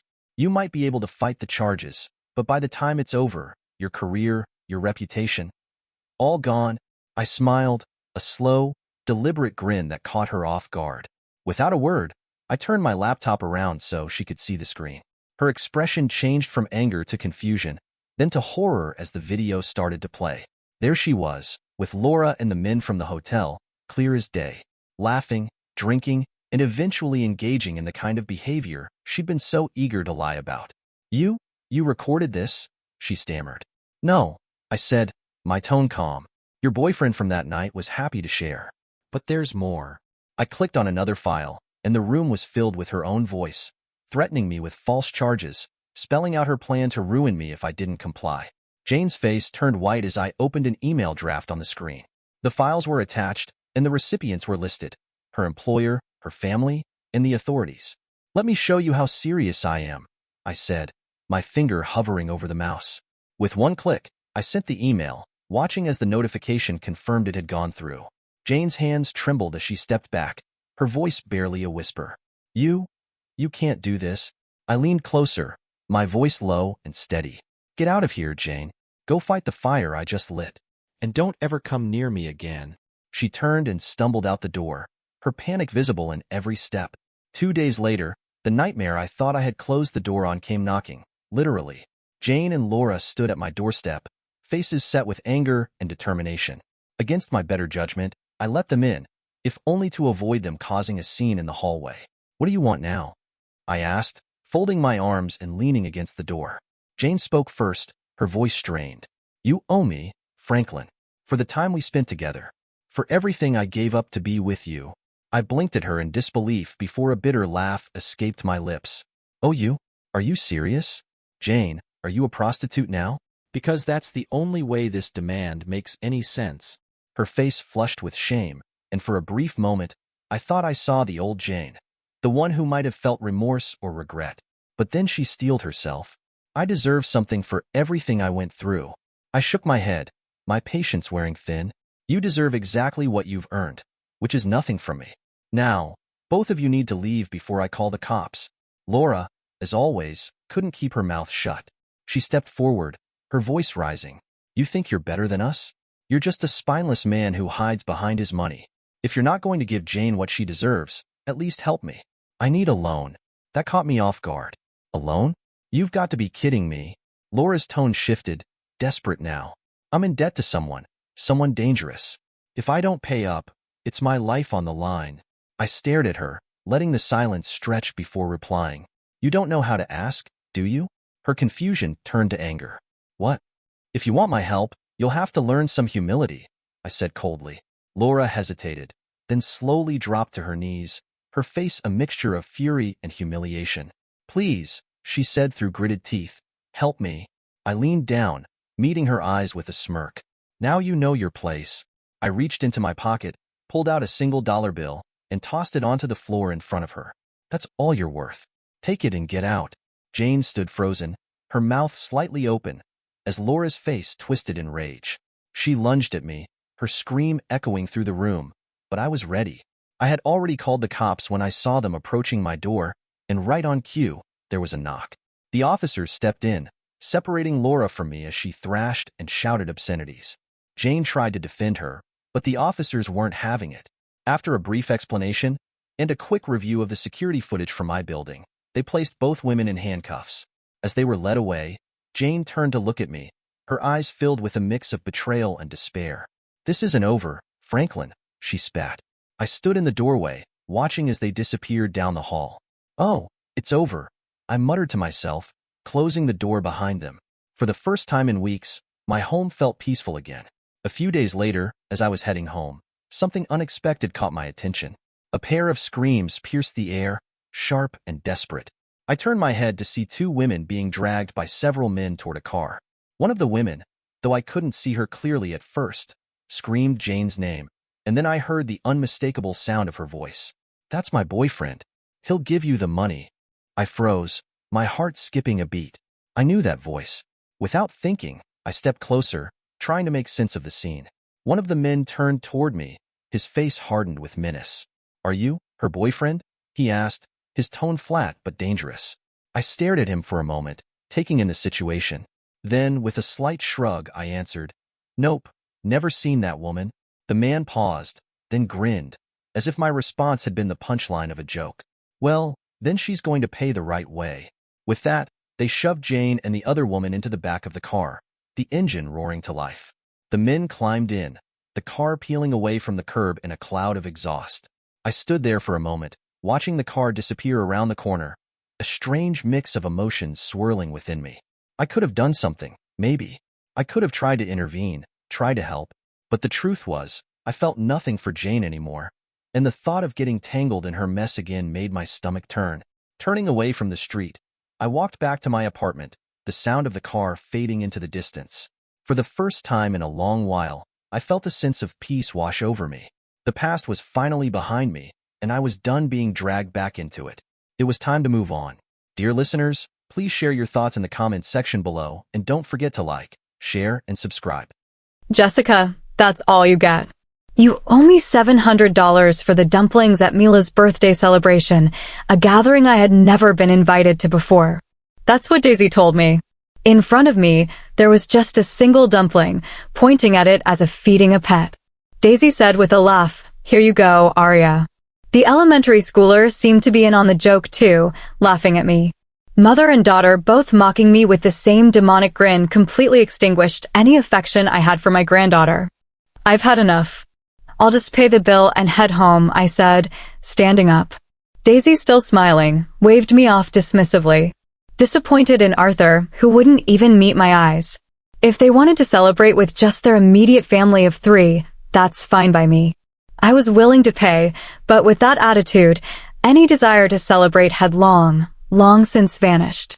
"No matter what they say, I'm never getting involved again," I thought irritably as I went to settle the bill. Then someone tapped my shoulder. Hearing her words, I decided to get back at Daisy and her family. "I'm Jessica. This year I turned 65, blessed with children. I've led a normal life, though my husband was always focused on his work and not much of a talker. I believed we had a good relationship. I thought my life was without major upheaval, but there was one thing that troubled me. It was Daisy, my eldest son's wife. I understand that it's common for wives and mothers-in-law to not get along. However, Daisy's attitude of treating me as an enemy just for being the mother-in-law was causing me trouble. "Jessica, you're always free at home, right? Let me do you a favor and take care of your cute grandchild." "Daisy, I have plans today. I told you I can't do last-minute favors. Remember?" I never heard that. Maybe you just think you told me. I never knew what set her off, but Daisy always had a harsh attitude towards me. She'd call suddenly or come over unannounced, dumping tasks on me without caring about my plans. Even if I helped, she'd never thank me, saying a parent should naturally do that much. But if I refused, she'd condemn me as some terrible villain. Lately, I've been finding excuses not to comply with her demands. Yet Daisy would confront me, labeling me as a heartless person, accusing me of treating her poorly or not loving my grandchild. Daisy seemed to truly despise me. The final straw was when Arya, my granddaughter, started elementary school and I was taking care of her after school. "Grandma, you're mean to Mom, aren't you?" "What? No? Why would you say that?" That's what Mom says. You always lie and say you don't. Liar. Mom was crying. Apologies. Apparently, Daisy had been telling Arya that I was mean to her, and I was confronted with such accusations from Arya. I had no idea what she was talking about and tried to get the details from Arya, but Arya, seemingly taking Daisy's words at face value, just kept calling me a liar, making it impossible to have a conversation. I couldn't understand why Daisy would manipulate such a young child to dislike me. With no idea what to do or what was even happening, I was at my wit's end. When I talked to my husband, his response was just, "She's a child. She probably doesn't understand yet." He didn't seem too concerned. Consulting my eldest son, Arthur, was no better. His cold reply was, "Handle your own problems, probably just tense around the mother-in-law, worrying about being ordered around because she's the wife." I would never do that. It's unbearable being targeted with such hostility. So what am I supposed to say? Should I tell her to be nicer to Mom? If I do that, it'll look like I'm siding with Mom, and things will become even more strained between us. It's not about taking sides. If she dislikes me, I want to know why. If she wants nothing to do with me, she should keep her distance. Try to understand how it feels to be reluctantly asked for favors. She's the mother of your beautiful grandchild, Mom. Can't you just compromise a little? Arthur's policy of non-intervention always seemed to side with Daisy. No matter how much I pleaded, it felt like he was just brushing me off, telling me to endure it. At times, I couldn't help but vent to my close friends about these issues. Yet their responses were always something like, "That's how sons' wives are." And I continued to struggle without finding a solution. Even when advised to keep my distance, it was always Daisy who initiated contact. Whether I listened to her calmly or subtly rejected her, I found myself at a loss dealing with an unsatisfied Daisy. During this time, I was informed by Daisy about celebrating Mila's 10th birthday at a famous Chinese restaurant. Despite sending gifts for every celebration, including birthdays, I had never received a word of thanks from my eldest son's family. Instead, I was met with remarks like, "Jessica, you have no taste. It's better if you just give us cash." Naturally, I had never been invited to any of their celebration gatherings. After being told not to interfere with family events, I had refrained from getting involved. Mila's birthday celebration is at her favorite Chinese restaurant. You're coming too, right, Jessica? May I ask why you're inviting me this time? You're Mila's grandmother. It's not strange for you to come, right? Despite the usual attitude from Daisy, her words made me suspect something unpleasant. Still, if I didn't go, I would surely be blamed for not attending my granddaughter's birthday. After much thought, I decided to attend the celebration. Although I had a bad feeling, part of me hoped that maybe they were trying to mend our relationship. If my suspicions turned out to be true, I would stop involving myself with them. With that thought, I went to the Chinese restaurant on the appointed day. But as expected, my faint hope was immediately betrayed. Daisy and her family, waiting for me, looked at me and sneered with malice. "Look, there's shark fin soup, Mila's favorite. Since Grandma is paying today, let's eat a lot." Yay! When I expressed my surprise, Daisy burst out laughing as if she was greatly enjoying herself. Initially, I had thought that it wouldn't be a problem to pay for the meal considering it was to celebrate Mila's 10th birthday. However, Daisy's declaration, as if it was a given even before I offered, took me by surprise. "You're not planning to eat without paying, are you, Jessica?" How brazen! I never had such intention, but you could have at least mentioned the cost beforehand. What? I told you in advance. Don't blame others for your forgetfulness. It's true what they say about memory loss in old age. The usual exchange of sarcasm made me realize that what I had hoped for was never going to happen. I decided to eat quickly and leave. As I was about to enjoy the delicious-looking dishes laid out before me, something happened. "Hey, what do you think you're doing?" "What do you mean?" "I'm just trying to eat." As I reached for one of the expensive-looking dishes, Daisy slapped my hand away. Her gesture, like scolding a child for a mistake, made me sweat, wondering if I had done something rude. But seeing me flustered, Daisy laughed mockingly and said something outrageous. "Today, Jessica, you're just the wallet. So no eating." "What, Jessica? Did you really think you were invited for Mila's celebration? It's obvious you're here to pay the bill. That's right, pay up. Be grateful we even let you sit at the table. Don't even think about touching the food. It's a joke. Daisy and Arya took turns insulting me. Seeing this, Arthur turned his face away from me and said nothing. In a situation with no allies, I felt as if my heart was being squeezed. I sighed, unable to find a solution to the relentless harassment. Feeling sick, I even started to think about just going home. Then, as if struck by an idea, Daisy dropped a single dumpling onto my empty plate. Well, can't be helped. I guess you can eat that much. Haha, Mom, a single dumpling. Jessica, that's all for you. You owe $700 for that dumpling, Grandma. That's so lame. Even Arya, a grade schooler, joined in laughing at me. Their demonic smiles, mother and daughter alike mocking me, extinguished any affection I had left for my granddaughter. This was the moment I decided to cut ties completely. I didn't feel like celebrating her birthday anymore. But as a severance, it was a small price to pay. I've had enough. I'll pay the bill and leave first. What, you're leaving already? Thanks for the meal. Please just leave me alone from now on. I was disappointed in Arthur, who wouldn't even make eye contact until the end. No matter what was said, Arthur wouldn't reprimand Daisy or even Mila. Trying to contain my intense anger, I went to pay the bill. As I approached the cash register, the flustered owner appeared. Dear customer, I'm sorry, but the course meal is still ongoing. Could you please wait a little longer? I'm sorry, but I need to leave now. Can I just pay the bill first? Didn't you like the food? No, the dumpling was delicious. Just the dumpling? Was there something in the other dishes you didn't like? Apparently, Daisy had reserved a course meal, and the owner was puzzled why I was leaving halfway through. So he approached me, wondering how to explain the situation.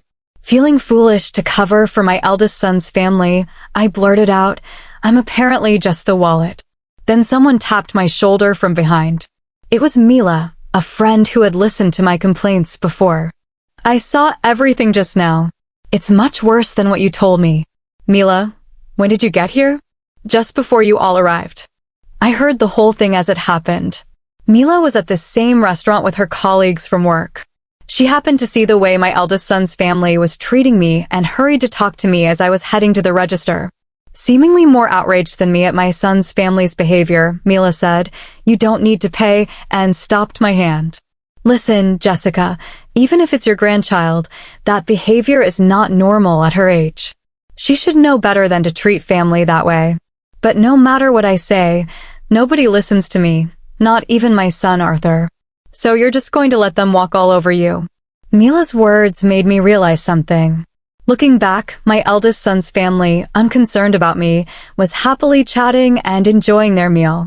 They probably don't even consider me as family anymore. Arthur glanced at me for a moment, but quickly averted his eyes as soon as we made eye contact. Seeing such a pitiful attitude, I felt like the person sitting there was not my son. If they don't understand words, then show them with actions. I'll help you. Thank you, Mila. Can I ask for a little help? Encouraged by Mila, I felt like I had finally found an ally. The owner, sensing the uneasy situation, nodded at me as if to say he was on my side. I'm sorry, but I only ate one dumpling. Understood. Let's do this. Based on our explanation and the owner's decision, I only had to pay for the one dumpling I ate. It felt awkward to put out just a few bills, but the owner smiled, processed the payment, and handed me the receipt. The rest of the bill will be paid by those who ate. No worries. Thank you very much. In a situation with no allies, I found unexpected salvation in the kind restaurant owner and my friend. Internally, I felt that this alone was a good enough punishment for them.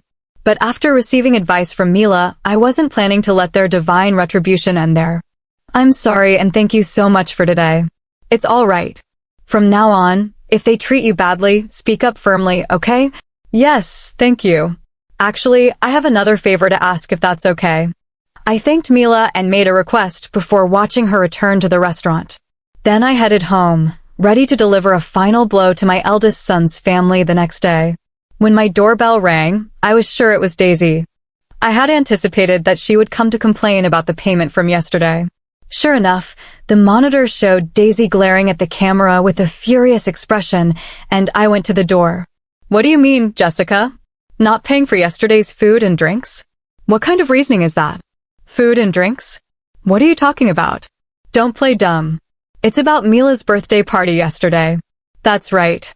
You should at least pay up. Arya, who came with Daisy, was also glaring at me. As the restaurant owner had said, my son's family had to pay for themselves and were in a panic. They hadn't brought their wallets, expecting me to pay. Arthur had to run to an ATM at a grocery store. They were quite embarrassed. Arya, showing her anger, furrowed her brow and yelled at me. Her expression was hardly one you direct at a family member. I sighed lightly before facing Daisy to talk. I only ate one dumpling yesterday, so I only paid for what I ate. The dumpling cost $700, remember? Oh, maybe you didn't hear it because of your age. With such rude attitudes from a wife and granddaughter, I didn't feel like paying anymore. As I retorted, they became even more heated and started verbally abusing me. What kind of attitude is that? Just because you're Mila's grandmother, do you think you can do anything you want? I don't want a grandma like you. Daisy pointed fingers at me as if I were some kind of villain. Arya, too, acted as though she was a hero delivering justice to evil. Was there really a reason I had to be yelled at like this? I couldn't help but ask out loud. An astonishing response came back. Hey, why do I have to be treated like this? What don't you like about me? What have I done? You haven't done anything. You know, wives just don't like their mother-in-laws. What do you mean? Just that this time I thought I'd make you useful as a wallet. Stunned by Daisy's unexpected words, I was speechless. Then, before I could signal, the door to the next room opened. Mila entered the living room. The moment they saw Mila's face, the two were speechless, their mouths agape. Listening to you all this time, is that how you treat my friend? What, miss, why are you here? Mila was the most flustered by Mila's sudden appearance. That's understandable. Mila still works as a language teacher in a certain classroom and is also the teacher of the language class that Mila attends. When I had spoken to Mila, the situation was so different from Mila's behavior in class that she had trouble believing me. But after yesterday's incident, Mila had become my ally and came to my house today. When Arya said she wished I was her real grandmother, I was so happy. Don't be deceived, Mississippi. This woman made my mom cry before. My friend wouldn't do that. Besides, you just said Mom wasn't mistreated, right? What? But Mom, Grandma was mean to you, right? Mila seemed to have believed everything Daisy told her about me without hearing the details. Lee, apparently not expecting to be overheard, looked panicked. She became visibly nervous, glancing at Arya with a troubled expression. Seeing her mother's behavior, Mila's face rapidly paled. I was speechless at Daisy's inability to come up with a better excuse for her actions. Miss, please listen to our side too. Just because she's your friend, it doesn't mean you should take Jessica's side. But I am listening. You just said she wasn't mistreated, didn't you? Well, I couldn't just stay silent when accused like that. Daisy, always quick with words, tried to make excuses and win Mila over. But Mila was judging based on the behavior she had witnessed, not on Daisy's unsubstantiated claims. With no chance of Mila siding with them, Arya, scolded by her teacher, looked like she was about to cry. Only giving one dumpling and then expecting $700 in payment? That's no way to treat family, is it? But it was my birthday, so it's only natural for Grandma to pay. That's what Mom said. Considering your attitude earlier, those kinds of words wouldn't come out unless you really look down on someone. You usually speak to your grandmother like that, don't you? Apparently, Arya was very fond of Mila and had never shown the same behavior towards me. Shocked by her favorite teacher's words, Arya seemed deeply affected. Daisy, while still glaring at me, was at a loss for words. Complaining to the teacher? How sneaky of you. It wasn't a complaint. I just happened to see what was going on. Well, I won't forgive you, Jessica. Don't think you can see your granddaughter again. Fine by me. I'd like to ask the same. Don't involve me anymore. When I retorted, Daisy left, pulling Mila's hand and looking resentful. As I watched them leave, I finally let out a sigh of relief. Seeing this, Mila patted my back. After all that, they won't be able to act so arrogantly anymore. Thank you, Mila. Sorry for always relying on you. It's fine, Jessica. They wouldn't listen to you, right? With that attitude, it's no wonder. Mila's cheerful demeanor saved me, and I was able to cut ties with Daisy and her family. It's a shame I couldn't say anything to Arthur, but I don't expect to hear anything more from Daisy. Seeing the usually confident Daisy taken aback cleared the frustration I had been carrying. Afterward, apparently Daisy and Arya got into an argument because Daisy had lied to Arya about me, leading to Mom making the teacher dislike me. Mila still couldn't be appeased, and Daisy called me to complain. Explain the situation to Mila.